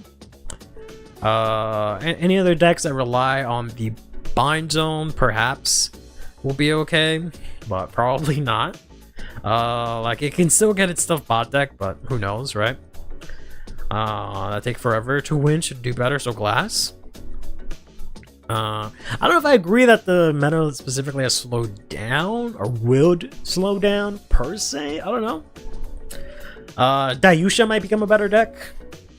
Maybe not. Actually, no, not Dayusha. Not Dayusha. Dayusha doesn't care. Dayusha doesn't care. Because I was thinking, because you have to bind the Goyusha, but that doesn't really matter. If they bot deck that, it doesn't really matter, right? So, any draw triggers should become better. Any draw triggers? Oh, you mean like everyone is playing front triggers for the extra shield? And stuff like that? Possibly. Basically all the decks that had specific rear guards that they really needed to rely on. So, Veleno. Whoops. So stuff like Veleno that needed specific rear guards or a full board to rely on. Stuff like Zorga. Stuff like Medial, right? That might be a little bit better now that they don't lose their targets as easily, maybe. Put dolls up a tier. Yeah, dolls, they'll get to keep their bind zone. Possibly. Possibly. I mean, not really, but possibly, right? They might be a little bit better. Speaking as a PBO main, PBO doesn't have to worry about losing their Blaster Dark Ride line unit as much. True. Now there might be options to play in the main deck instead of having to play extra copies of Blaster Dark. This is true. That is true. I don't think there's any other thing that does that, right? Because the other thing was Chronogen. That's really what set PBO back way back when, but that's not really seeing a lot of play. And also, is there anything that'll go down per se in usage?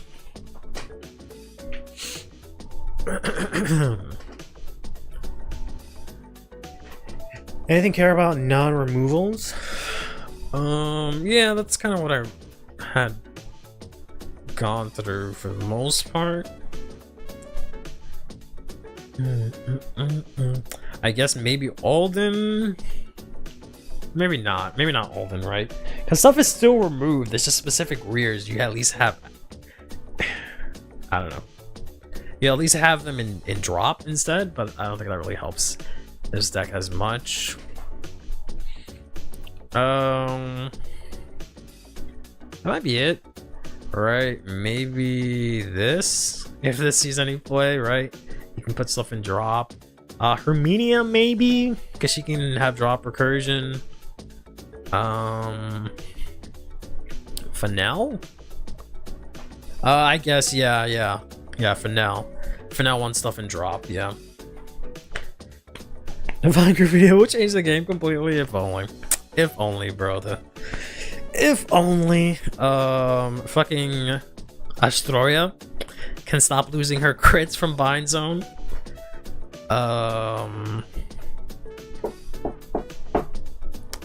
What else we got? CR wants its board, stay on board. Yeah, but it's still gonna lose its board. That's the thing. It's still gonna lose the board. Because Shiranui can still dominate. Shoujo Doji can still bind. It's not that they can't bind, they just can't bot deck it as easily, right? They don't have his out to bot deck it. They have to use the other guy to put it into drop. So that's really all that changes. So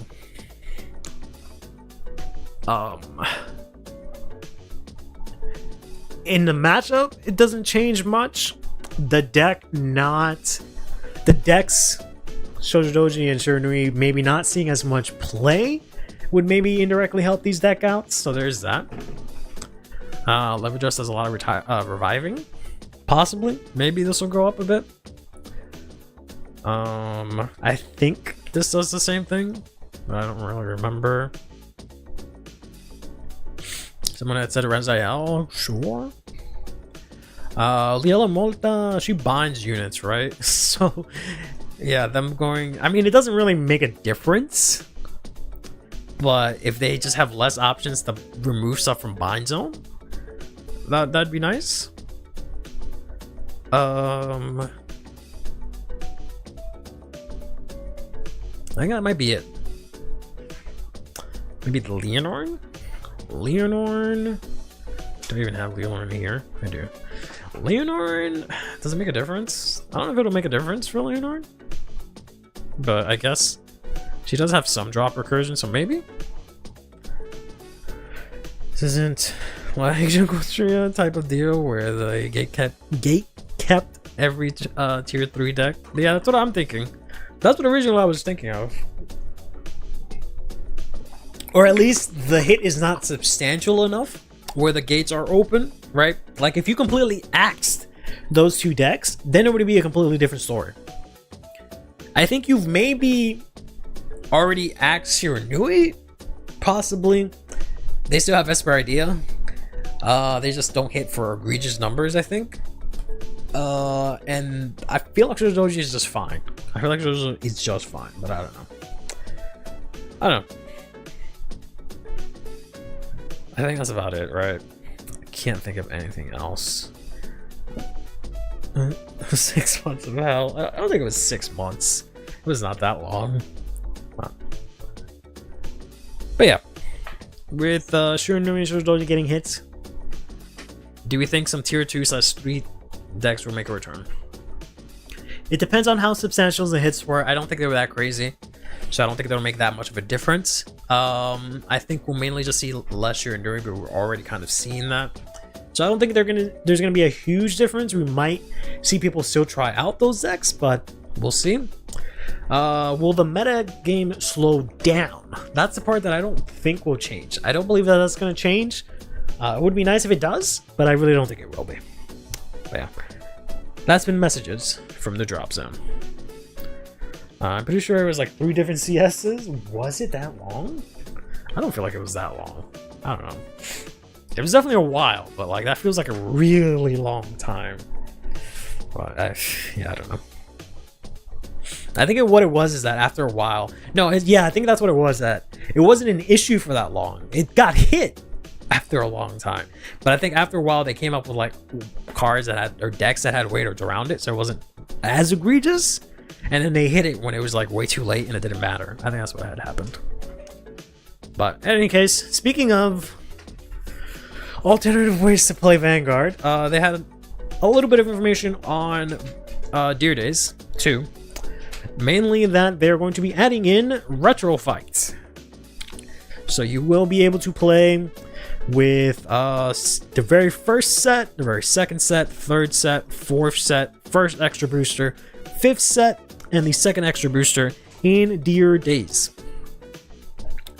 You can see here they got fucking Gallatin, Alfred, Blaster Blade, they got Iseult, they got Marin, they got is it Tristan?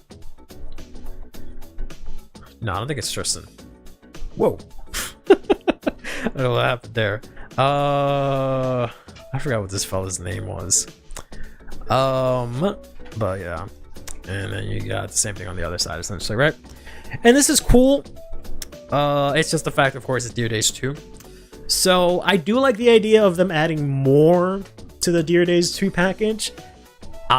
Because I'll be honest with you, this is going to be a little bit of a hot take, but everything that they have, starting from Overdress all the way to set 3, Overdress all the way to the current lyrical set, is solid. Like, that's a lot of content, technically. Had we not already gotten Deer Days 1, maybe? But that's a lot of content. Worth $70? It depends on how you use that content, right? So adding stuff like this is nice, but it still doesn't really fix the core issue, which are the ones that we keep talking about. But I really like this. I really want to be happy about this, but it's kind of difficult to do so. So just say not for $70. Yeah, definitely. I wouldn't say $70, but it's like a step in the right direction. But then it also, the foot, they step on it and then like the floor under it breaks, because it's the fact that they've only revealed this much. So you could imagine maybe DLC for the future ones, which is even worse. So the Russian Opera Simulator. I hope it doesn't imply OG set upgrade is going to be part of the paid DLC. I swear I heard dog barking. Yes, it was. You have a dog phobia? What the dog phobia? I'm playing Suki and I'm hopping off Suki to play Pacifica to continue stack deck. I don't know. Would that be better? I feel like that would be better. I think it should be free, right? I think they should update this for free. A bird phobia? What the heck happened to you guys? I feel like this should be free, personally. I think they should every, I don't know, 3 months or something like that, to keep the game alive, add in this, so every once in a while people can come back in, like in between DLC seasons, right? I get it, DLC's bad, whatever, just bear with me for a second. In between DLC updates, to like have this as a free update, that would be decent at the very least. If they bundled it in with the DLC, that would be kind of ass. It would make the DLC better, but it would be kind of ass. The way some, clans and stuff are broken up, it would be kind of ass. Spider phobia? Jesus. Will this mean that they won't have the VA's same Mega Blast and Cross Ride? Yeah, that's possible. Hey Rolo, how you doing? My day's been okay. How's your day been? Maybe consider DLC for once, of course. The birds scare me and I avoid the city because of pigeons. Okay, interesting. What? I don't know. This is a decent attempt, but we're gonna need a little bit more. We're gonna need a little bit more, right? In a world where I'm assuming we don't lower the price of the game from $70, then you got to make that $70 worth it. This is a step in the right direction, but it's not enough, and it also matters how they're going to handle it in the future. It's arachnophobia. Yeah. There's limit break for Legion, for Legion, for G. I mean, if you get all of those errors, that's a lot. That's a lot. That's more than the actual DLC gives you. Right, yeah. It's usually just $20 for one set. $20 for an entire era? That would be huge. That would be huge. But, yeah. Story mode? They're not going to add a story mode for this. And I think we'll have CPU opponents, but that's it. They did clarify a little bit of this on stream, I believe. This just says that Boyang, if he's still here, maybe he can help us out. But I think this just says that this is going to be all the sets. I think they're saying that it's going to be DLC. Or not DLC, that there's going to be CPU fights. And then this says that there will be clan mixing. So that was the other question I had. So you can see here that we do have Kagro and then Nova Grappler in the same deck. So that's very important to know. I don't know if this says that Geosys is going to be implemented, but I don't know. I wasn't able to, excuse me. Ooh, I was not able to find where this was like translated. Come on. There's a story mode for vintage mode, it's confirmed. I thought it was just that in the story mode, you have like a side quest or something like that, and you go and do the vintage mode. I don't know if it's an actual full-blown story, but I don't know. We'll see.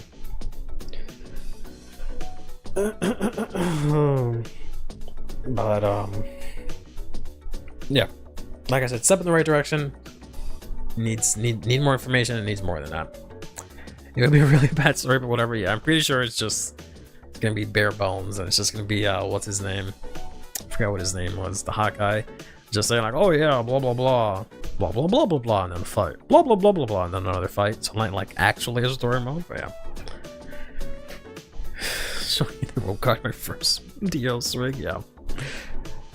But yeah, so this is coming out.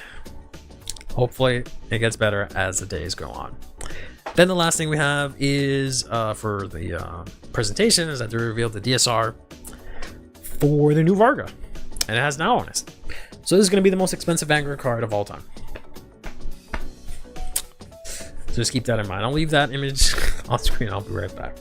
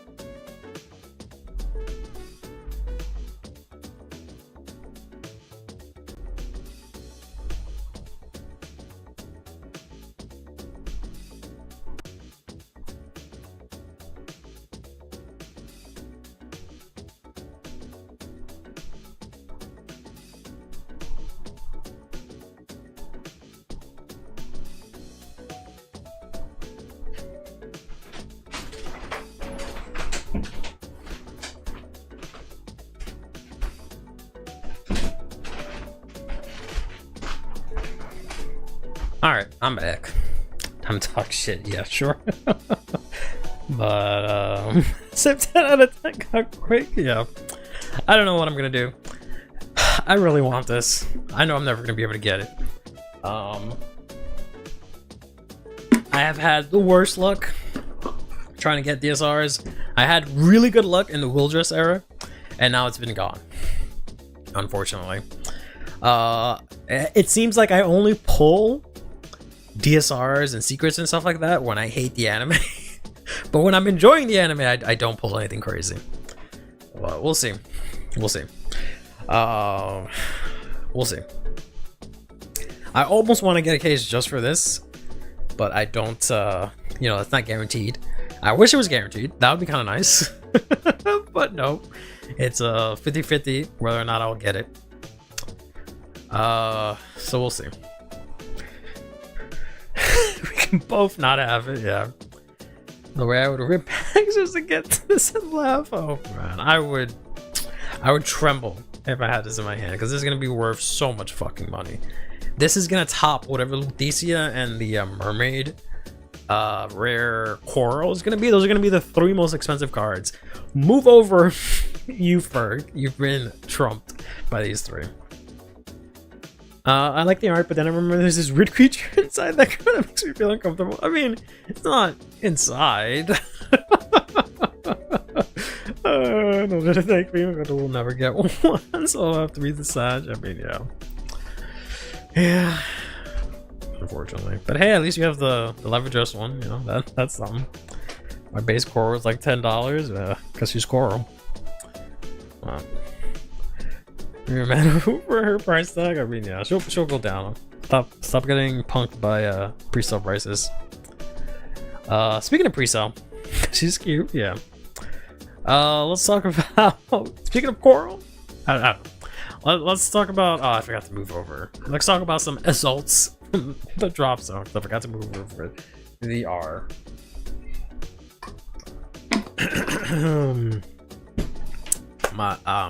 Yeah, so this weekend we had the first premium tournaments in the drop zone. I say tournaments because we had 2 of them.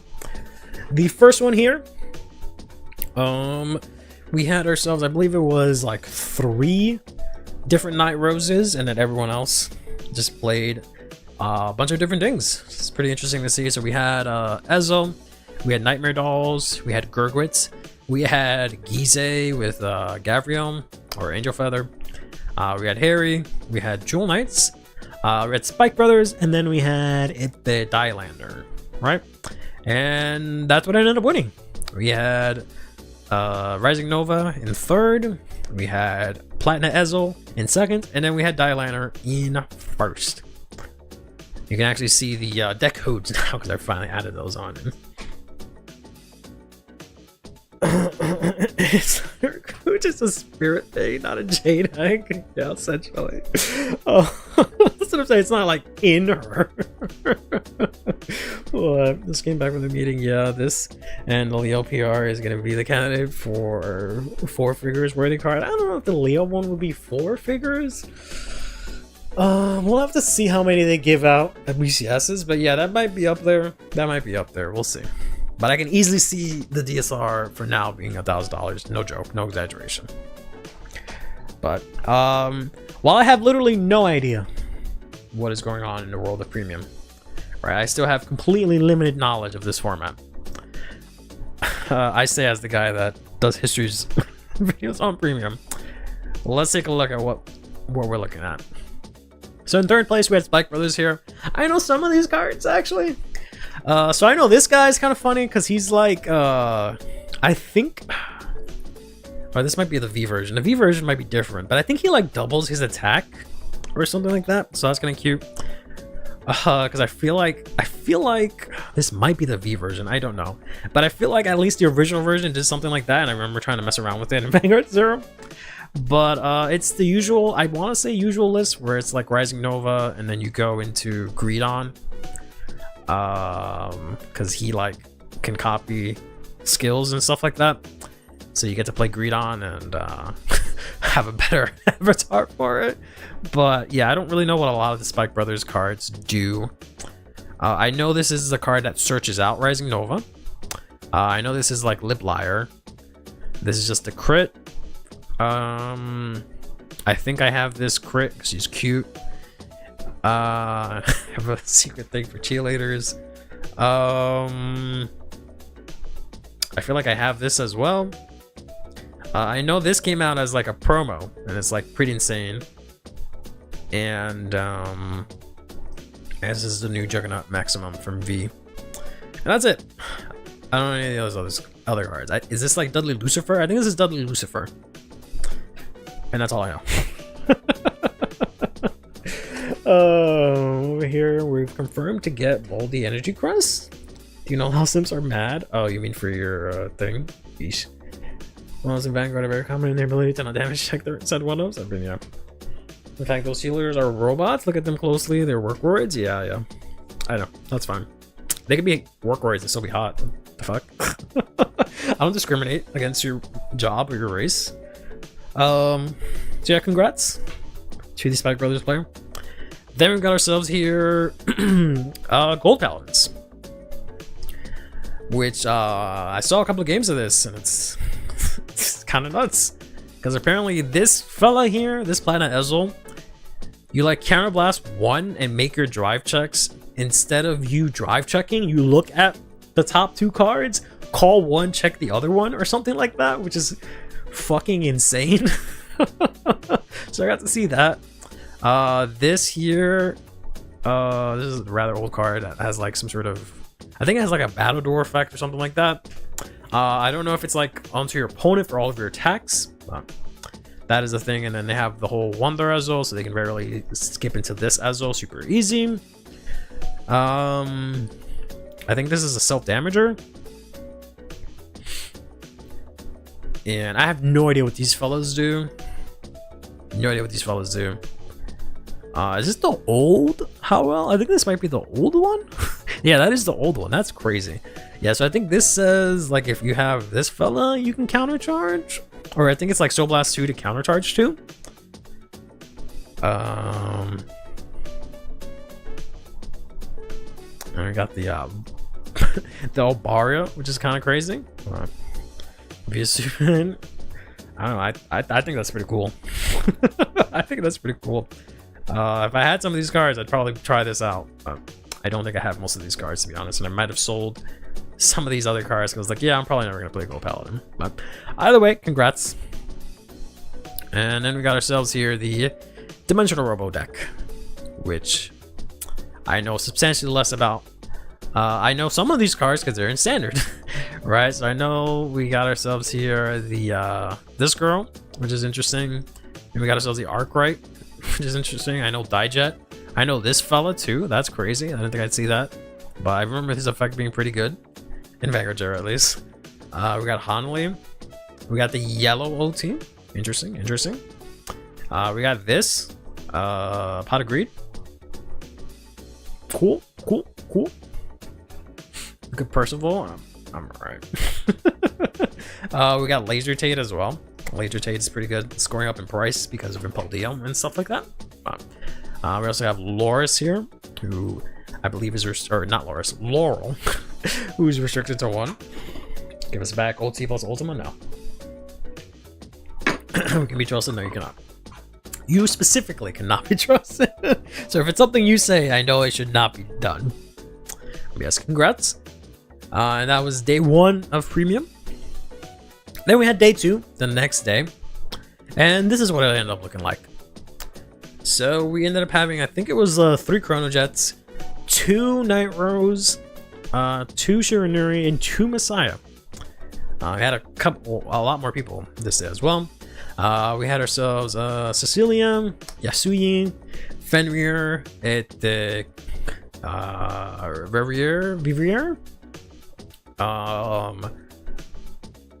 Ghidorah, and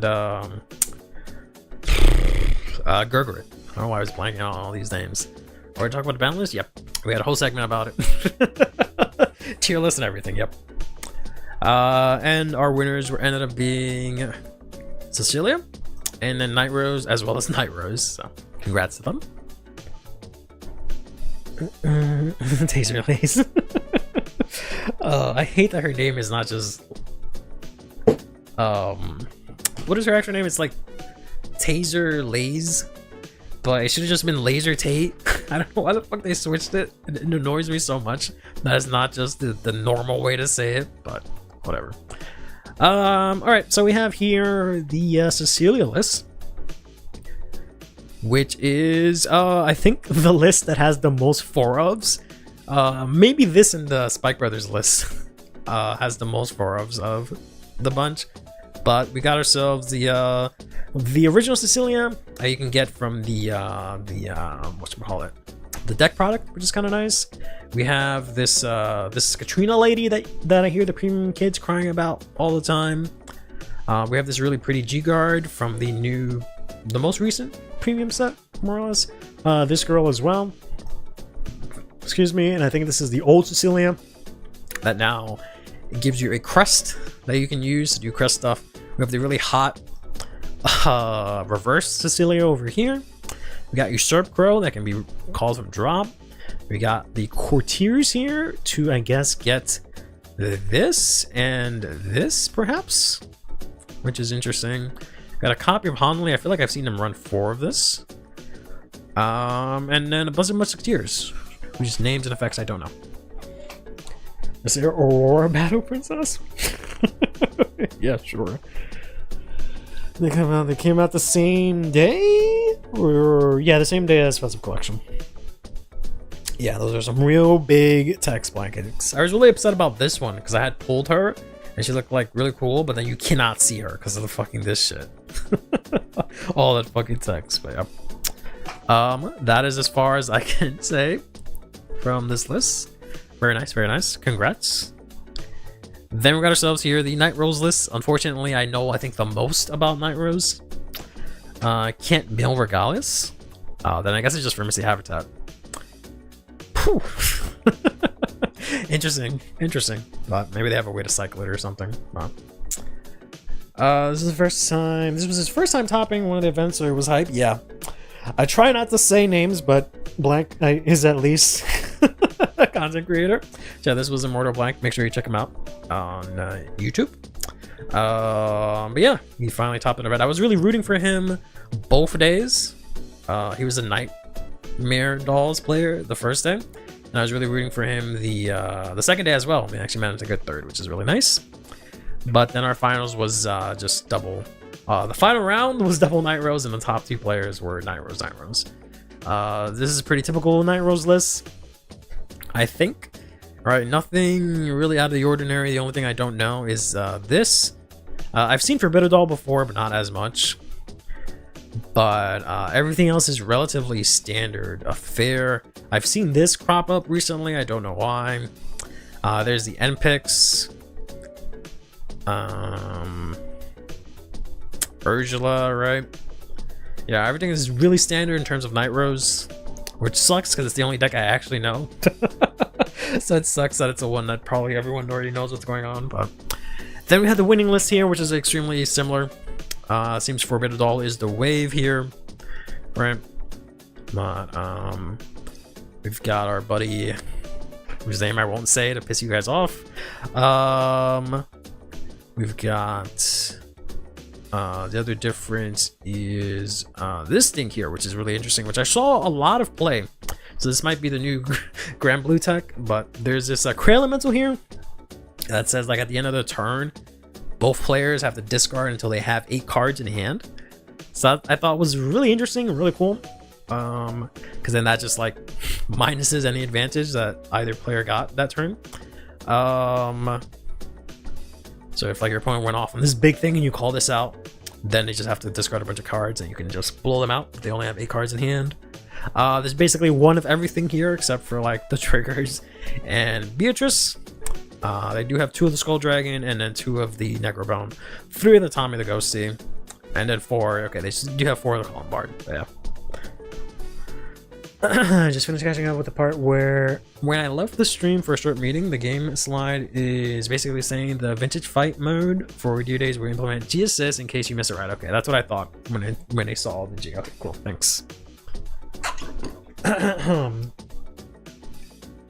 So they are making some changes. I am interested to see what other changes they're gonna do.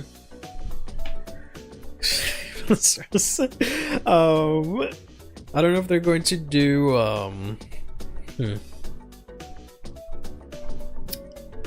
what is it called? The guarding rule? Because guarding was different, the mulligan rule was different, so we'll see how those things play out. But yeah, that was premium. With rainbow triggers, I don't even think. Oh yeah, I guess you do have some playable cards you got. Yeah. That was the premium event. This was day 2. This was day 1. And hoping to do a bit more of that. Maybe even be able to compete myself. We'll see. Speaking of competing, in the drop zone, we'll be having a bunch of tournaments coming up. So first things first, we'll have another premium tournament coming up 10/19 next month, which is basically this month at this point, at 1 p.m. Eastern Standard Time. So if you're into premium, go ahead and participate in that. I'm stuck on Steel Vampire, but it went up my grade 0 Vanguard. Yeah, that's what I'm saying. We'll see. We also have Lyrical Monasterio Divines Set 1 coming out this Friday. And to commemorate that, we are still having a lyrical only tournament next week, next Friday, 10/4, 8 p.m. Eastern Standard Time. It will be basically Lyrical Cup. You can only use lyrical decks. Does not have to be specifically lyrical decks from that set. They just have to be in the nation of Lyrical Monasterio. All right. The next day, 10/5, we'll have a normal standard tournament. You can play whatever you want. If your gates are right, yeah. Best of luck. But wait, there's more. Speaking of cases, I have to maybe get my hand on one of these. We have ourselves, we're basically in October, and at the end of the month, we're getting sets 4 coming out in English finally, which means Card Fight the Weekend is back. So we're gonna have ourselves 3 tournaments back to back to back, separate days, not on the same day, so you can get your cards from the new set and compete with them. So we're going to have a tournament on the 1st of November, 8 p.m. Eastern Standard Time, one on the 2nd of November, 1 p.m. Eastern Standard Time, and one on the 3rd, 4 p.m. Eastern Standard Time. So we can go ahead and play a bunch of Vanguard. And this will be the week before BCS Duluth. So if you want some BCS practice, you might be able to get it here. And if not, I'll see you guys at BCS Duluth then. Right. I can't practice for my human. Yeah, I really wish that I can go to that, but that implies I'd have to go outside. I don't want to do that. So, sad the day is so close. Yep, it is indeed this Friday. Right, you have to get his set for before the 24th. Yeah, I'm hoping as well. Hopefully we can get a market watch segment this week if we have time, since the prices are wild as heck. I mean, market watch for literal set 5. Yeah, we'll see.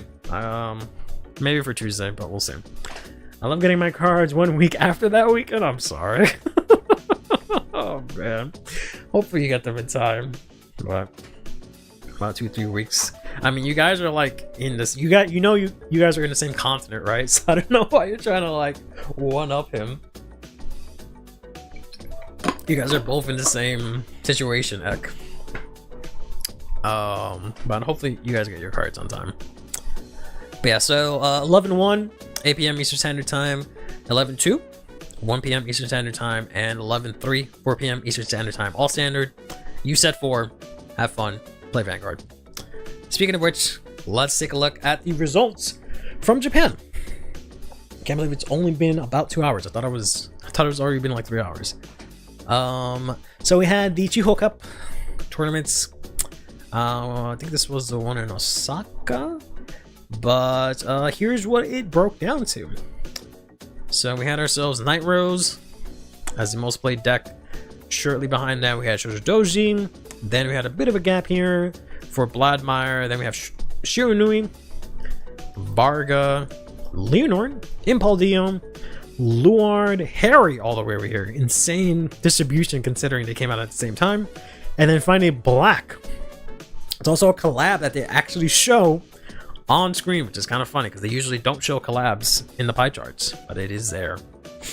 Is Mermaid Rare really that expensive in English? I know they are hard to get. Not sure the demand is there though. Well, there's barely any available, so yes, the demand won't be there because it's a rare card, but they're like impossible to get. Yeah, they never dip below 200. And maybe if Vert has them, maybe that might be the only cheap Mermaid Rare, but by cheap it'll be like $180, maybe. But yeah, the Coral stuff, GG, boy, well played. Right. Managed to see, oh no, it was Kyoto, sorry, not Osaka. We managed to get the top 16 breakdown thanks to Fuzzy Paradox here, which is more roughly the same of what we were seeing before. So really quickly, we got 8 Shoujo Doji, 7 Night Rose, 4 Impaldio, 3 Black, 3 Bladmire, 2 Shoujo Shiranui, 2 Harry, 2 Varga, 1 Michu, 1 Lord, 1 Wellstar, 1 Dayusha, 1 Maigo, 1 Alakalibre, 1 Messiah, 1 Chaos, 1 Morphonica, 1 Raziel, 1 Kairi, 1 Flameji, 1 Leonor, 1 Alden, 1 Benny, 1 Yosuba, 1 Ludicia. I love how there's like just a cacophony of women over here and it's just Alden in between. So much lyrical conversation, so beautiful. Yep, absolutely. There is 1, 2, 3, and there is no. I could have swore there was Leisha Fell, but I guess I didn't see that. And Flame G. So pretty cool, pretty cool. Being a ladies man, I guess so. All right, let's take a look at some of these decks here. If it was 100, I'd get one, but definitely not. Yeah, so because 1,000. Oh my god, that means Coral's gonna be like 2,000. Jesus Christmas. All right. So as I mentioned, I think last time, I'm no longer going to bother. Especially as soon as I saw that this was here, I was just like, nah. I'm not making slides of these ducks. I'm not doing it. I'm not doing it. I'm not putting up with that anymore. But I did want to take a look at some of these, so we can do that. I'm just not gonna stress myself out and make slides for each of them. I'm just gonna be lazy and look it up. I'm sorry. If everyone can get away with it, I'll get away with it. I'm sorry. So let's take a look at. So I feel like Black, Sugar Doji and Lord are about the same. We can take a look at Impel Deal, but I feel like that's turning up to be about the same standardized list so far, right? But we can take a look at that real quick. Bum bum bum ba-dum. Ba-dum bum bum bum.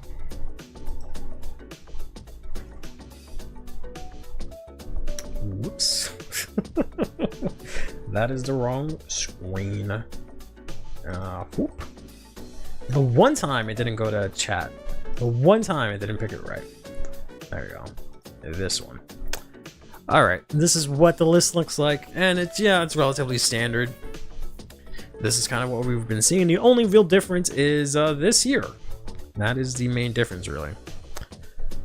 I have not seen this be played, but it is seeing some play. I guess it does count as a set order, right? Do you need a set order for this? Maybe you don't. I guess the token does count, because otherwise you wouldn't be able to play Ball Raid, right? Presumably. But yeah, kind of interesting. This might be solved as soon as they get the set 5 support in hand. Possibly, yeah.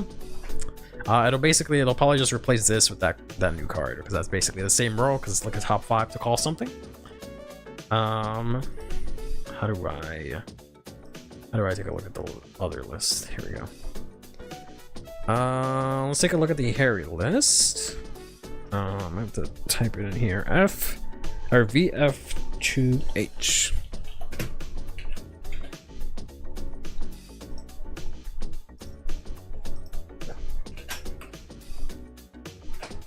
That's really what I'm most interested about, is the Stride decks, seeing how those shaping up. So this is looking pretty much what I've been seeing for the most part. Playing 4 of the Manticore is interesting. Yep. 1 Cutie, interesting. 1 of this, yep. 4 front, or 3 front, I should say. This, yeah. Interesting. Yeah, this looks relatively standard. Yeah, not a lot of people are playing Darkside Princess because she's basically a worse copy of the Maid. So, because they kind of do the same exact thing, right? For the most part, just the Maid doesn't look like a fucking dork. So, doesn't look like some awkward teenager being harassed or something like that, because that's unfortunately what this art looks like, and it makes me very angry. But yeah, this is the typical list. I feel like these are the typical cards, right? A lot of people are running copy of the cat, a lot of gun ram, this, this, right? It still looks all about right. Let's take a look at Night Rose here. So interesting. We only got 2 of the Necro Lazing, 2 of this, 3 of this. Interesting. They're playing the Dual Nation card. Okay. Energy Cycle, Necro Bone. This one finally has Philander in it. They got the Ghost Chase, so that's kind of nice. I don't know. Are they bouncing PGs with this? What are we doing with this? They don't have any of the ghosts from the main deck. From the Stride deck set, which is interesting. And they're playing Red OT, which is kind of interesting as well. Okay. You can use it to get in Largord, but you can't guard with it. So like, wouldn't you want to call it back from drop? Like, aside from like, I guess Shiranui bot decking it, you can't guard with it because you don't have any grade 4s. And you can just use its skill from drop. So, I guess, I don't know. Like, I know you can just bring stuff back. Like, you can bring back anything and bounce it back to hand, right? Like the Cyclers, you can bounce that back to hand and guard with it. I don't know. We'll see.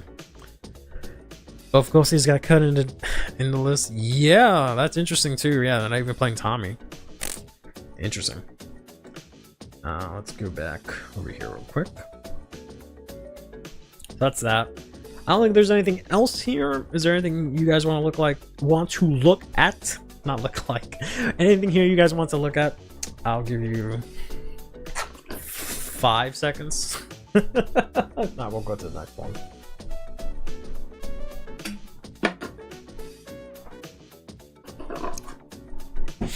Can you see the little DC list?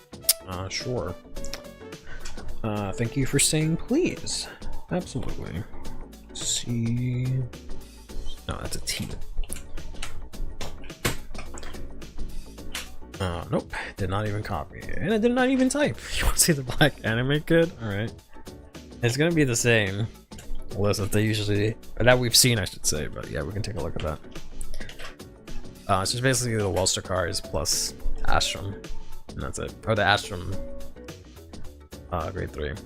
But I think Benny's in set 4. I have been told by a reliable source that yes, it should be in set 4, but we'll see. That's not what I said. Oh, you want to look like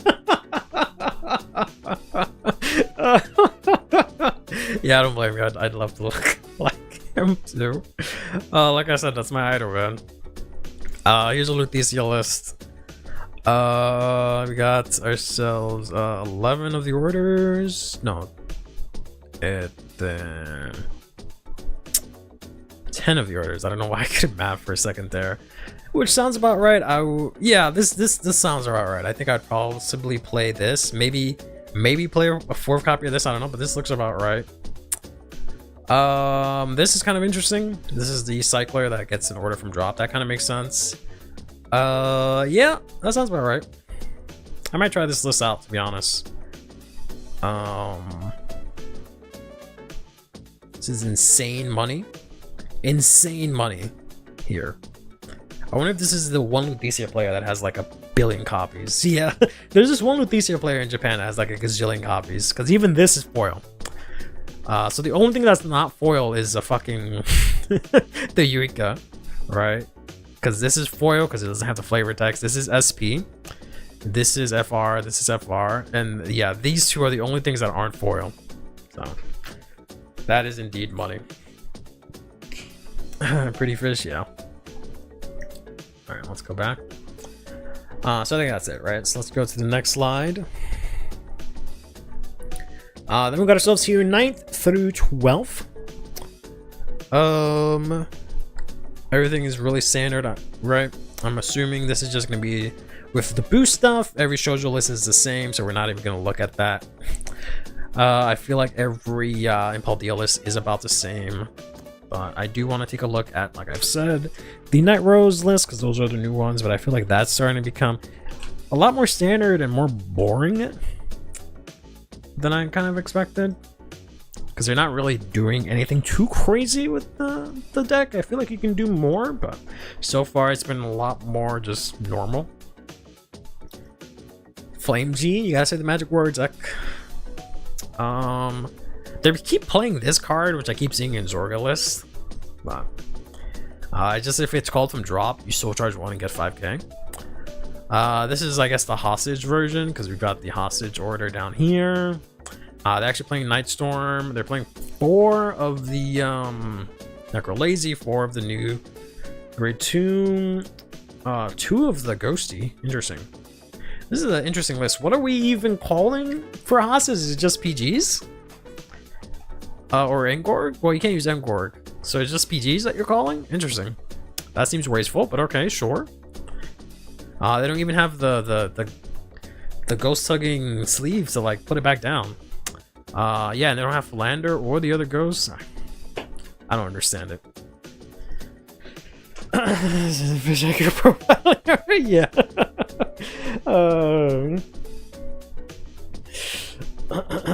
So yeah, that's interesting. That's interesting. Let me see what else we got. There's another Rose list. Let's take a look at that one real quick. F1. V03. Why are you never typing when I'm typing? F no, 51 V03. There we go. And I said F a bunch of times, but I'm dyslexic and stupid. Don't mind me.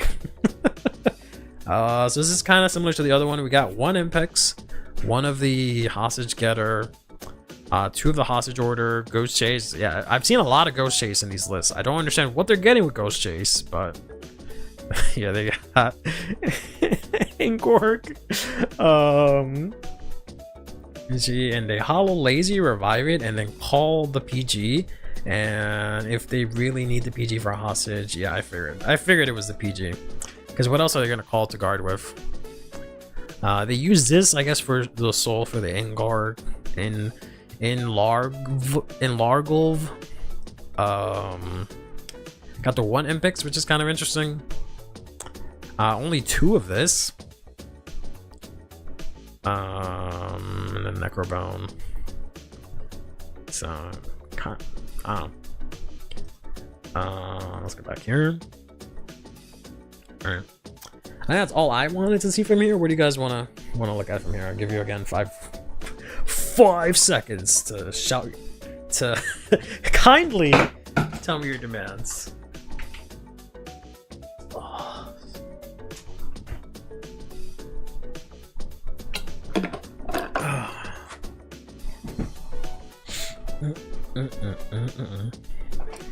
Bum bum bum.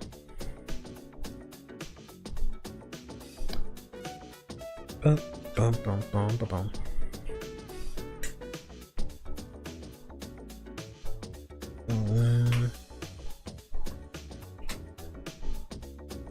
B.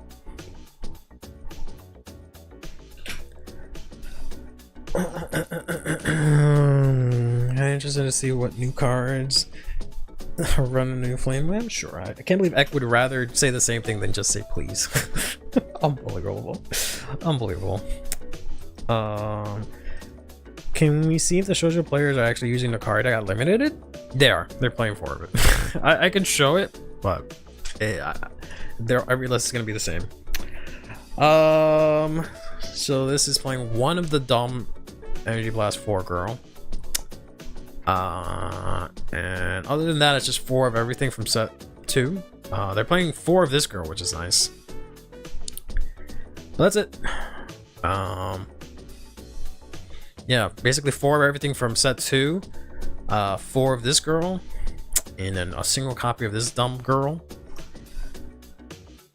Because Energy Blast 4 is a dumbass cost, is what I've been trying to tell y'all, but y'all keep trying to gaslight me into thinking that it's not.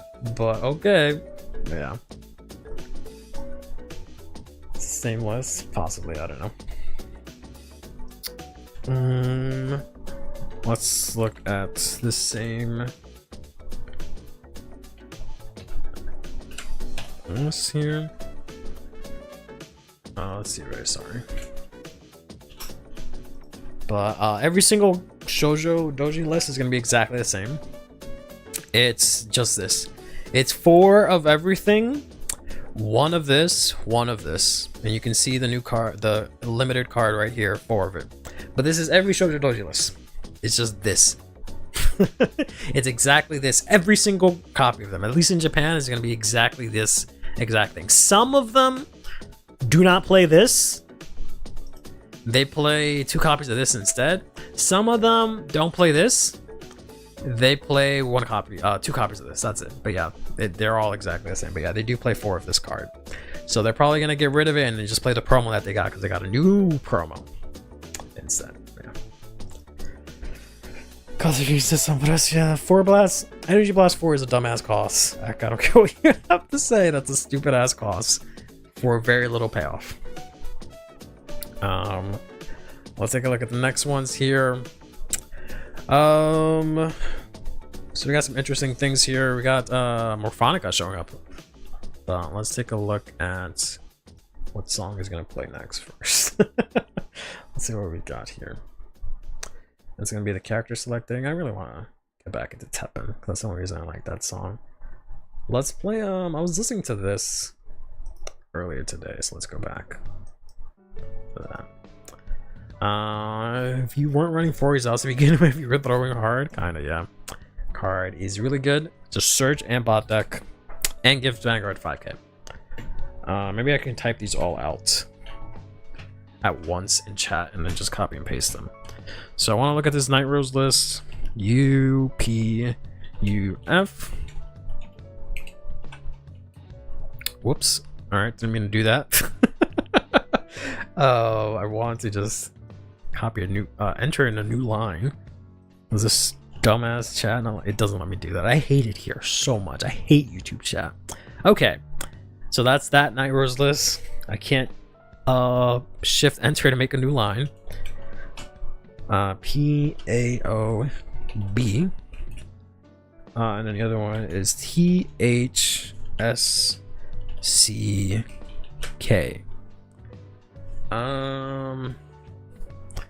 Yeah, and everything is relatively standard. We'll take, I guess, a look at the Kyrie one, but I can imagine it's going to be exactly the same. It's been pretty soft for a while.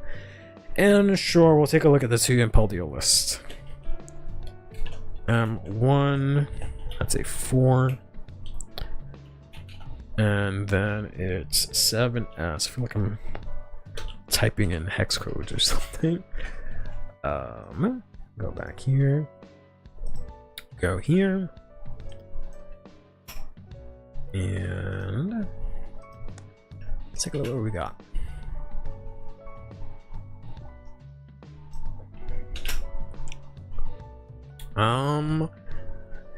That's interesting. Only 3 copies of this. We do see Philander here. We're seeing this in every list. I'm gonna have to make sure I have FR copies of her because she's probably gonna be gone soon. We see here the oof, god, it's so beautiful. I wish I can get this in SP. Pretty max or high rarity list here, but I got the Ghost Chase. I ordered a bunch of extra copies of this before everything happened, but maybe get your copies now before the Night Rose kids get a handle on it. But this is similar to the other lists that we've been seeing. This is the next one. Not gonna lie, of all the Destined ones, Impeldio was not my pick-up card for being the best. I mean, some people say that it's not the best, but what the fuck is this? What the heck is this? A double rare? What the hell is this? Have I just never seen this card in my life? This is from Set 4 double rare? What does this do? Oh, it's a cycler. What the hell? It's the anti-hostage cycler. That's crazy. That's crazy. Night Rose playing this to out hostage themselves. Insane. And then they play the hostage themselves. Unbelievable. That's insane. I can't believe that that's actually seen play for their mirror match, essentially. That, and I guess Raziel and other stuff. But that's insane. I can't believe they actually did that. But otherwise, pretty standard stuff, right? I don't know. I feel like you can do a lot more interesting things with Night Rose, but they're just kind of doing this whole same exact thing. But it is what it is. I guess it's big brain. Like, I think it's fine because you can just call it from drop, but it's just silly, especially when they themselves are doing the thing. But I just find that always so hypocritical. Like, I know it's not, but I just find hypocritical when they do that, especially like when like Shiranui plays Angel Ladder.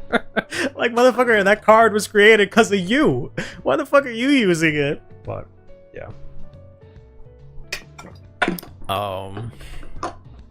Speaking of the double, there's Angel Ladder. Why do they play Angel Ladder? Doesn't their whole board... Oh, maybe not their whole board. Some of their board goes away. Like, I guess in order to be able to use hostage, maybe you'd like to keep some of your board. Fine.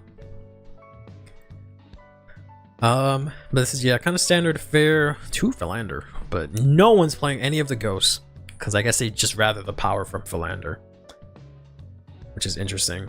I don't know, I feel like the ghost is pretty good, especially because you could use it in the early game to rush, because it gets 5k. But fair enough. Here's the Kyrie list. Yeah, it's pretty much what you would expect for the most part. Yep.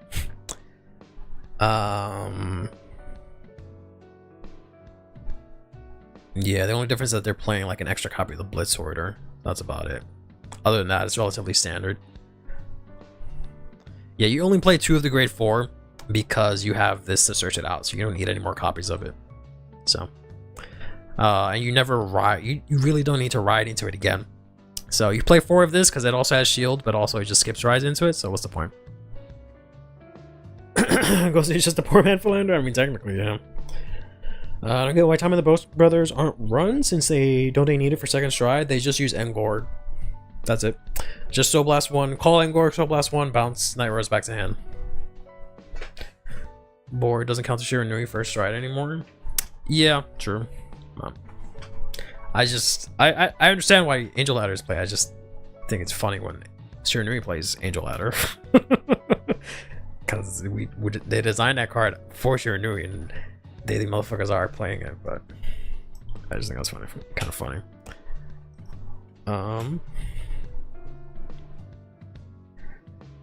Then this is what, Impel Deal? Yeah, Impel Deal. Yeah, list is looking... Oh, I like this list, actually. I like this list a lot. I like the cat. For Bitadol, that's kind of cute. Because we're playing this fella. Okay, this is the list. This is the list I'm going to be running. This is the list I'm going to be running. This is the list right here. Because it has all the cards that I like. I like her. I like this guy. I like that a lot. I like that a lot. I like the little cat. I like me some 20k shield. Yeah, I'll probably be playing this list. I might stick in Laser Tate. I don't know. We'll see. I also like the idea of using that Messiah card, but I guess maybe that doesn't work out as well as I thought because I only saw one person play that and no one else. So that's Impel Deal. And then here is another Impel Deal.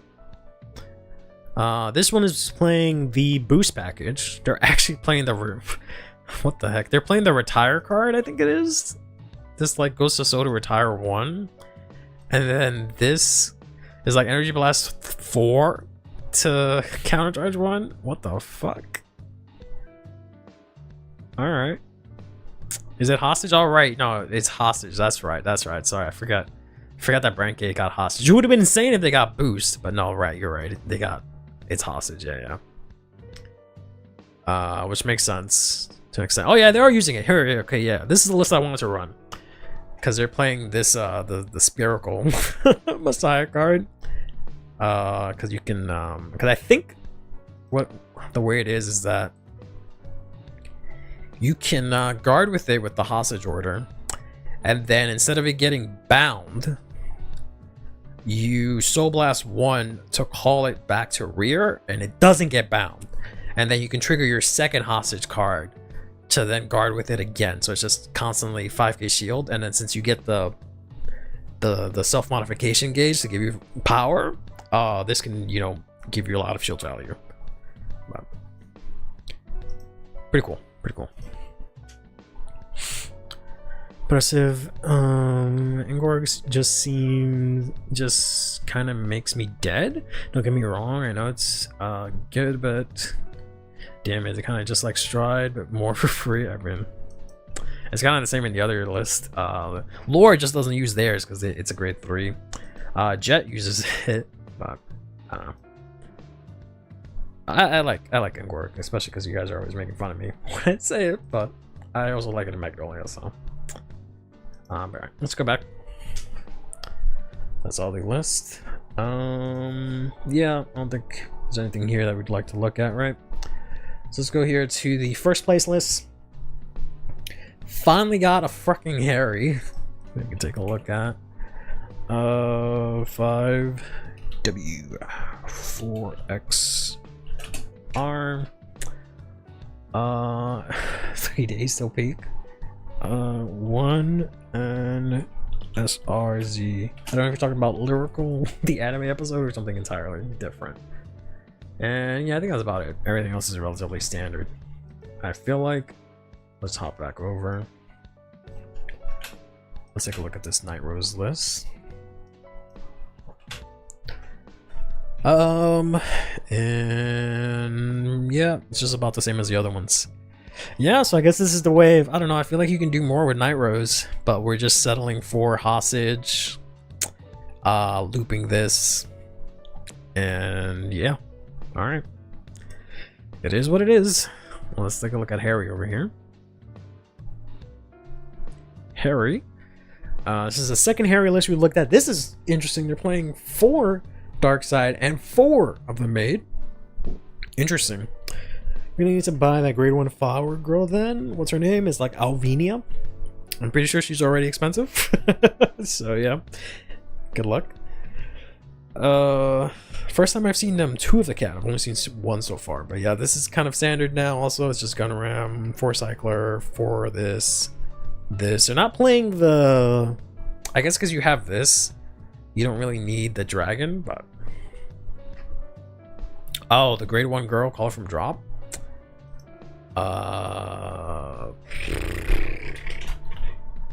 Card fight? No, that's the wrong one. Hold on.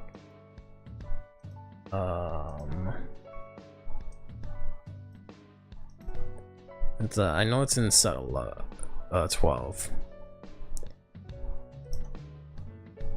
This girl. Romantic Bloom Pentesilence. Pentedlence. Oh, I gave myself a cramp. Ah.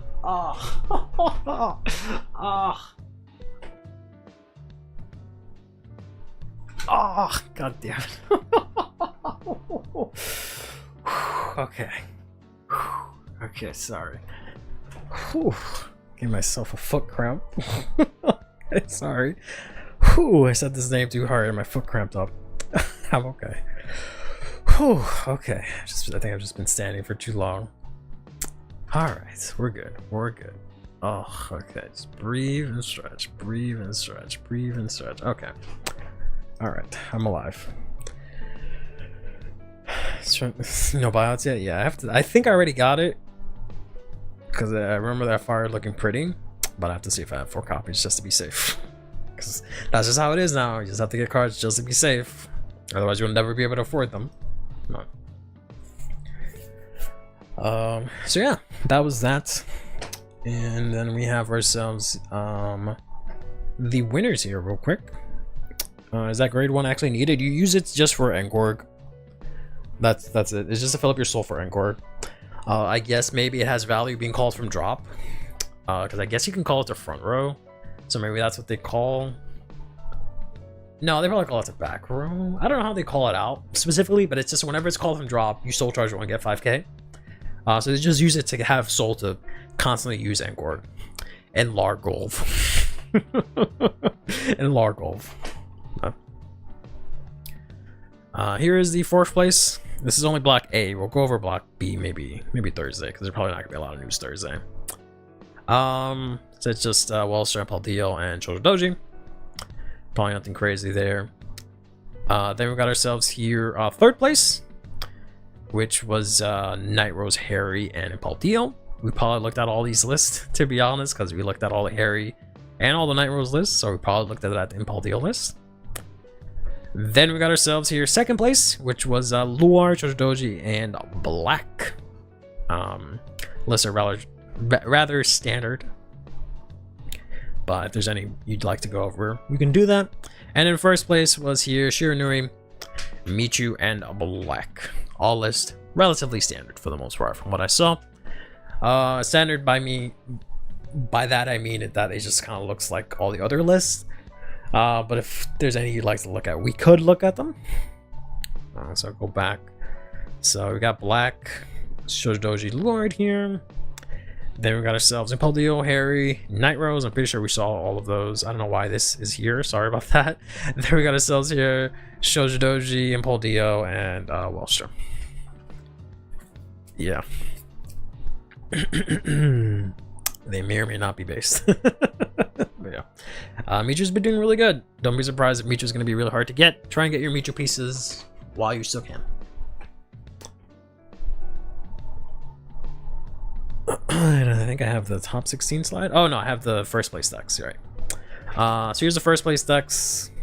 Shiranui, pretty standard Shiranui stuff, right? Nothing out of the ordinary here that I can see. We're probably gonna see this. This is the card that's gonna get hit, right? So they're gonna not play 4 of this. They're gonna have to play 4 of this, and then maybe a third copy of this, and that's probably gonna be the standard list. So it's not gonna change much.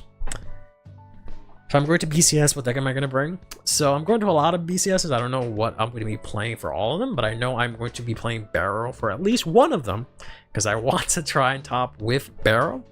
And I'm actually going to do a whole video on that, but I don't know which one yet. But I'll at least be playing Barrow. And other than that, I don't know. Because I think the only BCSs I'm going to this year is Dullif and Philly. So I'll probably be bringing Barrow for one of those, and then for the other one, I don't know. I haven't decided if I want to play Barrow as soon as possible to catch people off guard for Dullif, because that's the one that's right after set 4, or if I want to wait till set the next one for Philly, where set 5 isn't legal yet, right? Because it comes out like that weekend. But then people know the format better, so I don't know if I'll play if I'll just play like Social Doji because I've been practicing with that a bit, but other than Barrow that I would take to BCS, because it's just been focusing on trying to take Barrow to BCS, honestly. I don't know what else I would play. Maybe I could try maybe Kyoka. Maybe Kyoka, maybe Michu, or Lutetia. Maybe one of those 3 if I can get my hands on them. But we'll see. Hello. Currently, like you said, I'm no longer sorry for Shiranui as soon as I see the results. Yeah, exactly.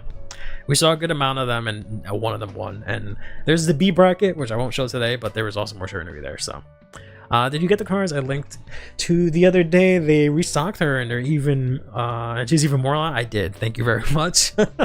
Thank you very much. I'm so glad that I managed to get those in time. Yeah.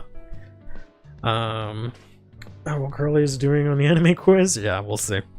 I've been meaning to rewatch actually the Vines, just because I just really enjoy the anime that I actually want to rewatch it, which is surprising because I usually don't rewatch anime like that, but hopefully that helps me nail the exam, but we'll see.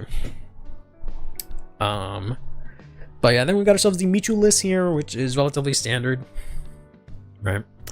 It's been about the same. I think the only difference here is that we've got the tech of the twin cast, which is cool. But other than that, it's kind of been the same list we've been seeing for the last couple of months. So if you're trying to play Michu, because the deck is going to be available this Friday, you definitely want to get 4 of the new Michu, 4 of the new Nonoka. Make sure you have the old one. It's okay if you use the VTuber line in the early stages, but you want to get the old Michu for the grade 3 because of the way that it works. You can use the VTuber Nonoka, which is fine. You want to try and get the promo if you can. And then that's about it. 3-3 order is optimal. I've seen a lot of different numbers, to be honest. I've seen it all over the place. I've seen 4-4. I've seen 2-4. Right? It's been all over the place. It's like your personal preference at this point. I feel like this is the right ratio. Personally, I'd probably do like 4 of this one, 2 of this one, maybe. But 3-3, I think sounds really good to me. But like I said, I've seen it all over the place. So just whatever you feel more comfortable with. This one says, this is the more important one in my opinion. But they both say when they go into order zone, you draw 1. To play them, you have to counterblast 1. But you can use this to cheat them in there. This one says it changes your Vanguard's ability to be Soul Blast 2, give 3 units 10k. This one says, I think, give 1 unit 10k, and then one of your opponent's units can't restand. And I think that's it. Yeah, you lose to Vladimir. I don't know about Shiranui. Definitely to Vladimir. And then the last list is black, which has been relatively standard because it's just Welstra cards. It's just literally the Welstra deck, and then you slap this into it because you can restand, and that's it. Okay.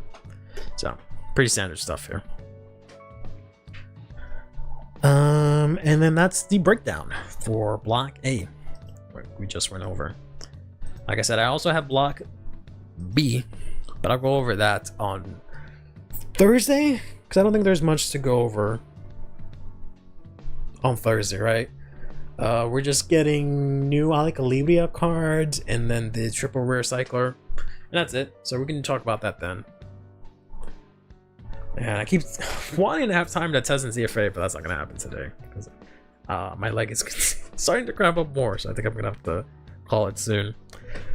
Because he has more tops than Welstra nowadays. Yeah, Black is definitely seeing a lot more play than Welstra, just because of the fact that it has Astrum. And its effect is you can also like restand Fright Height and like use this effect again. Yeah, so yeah, Black has just been really good, obviously. Who would have thought? Give someone 2 names that can use 2 cards as support, right? But yeah, he's pretty good. Unsurprising. Yeah.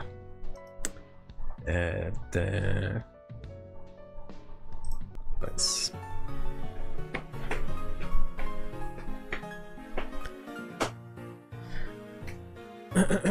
store resources are technically, yeah, that is in the name.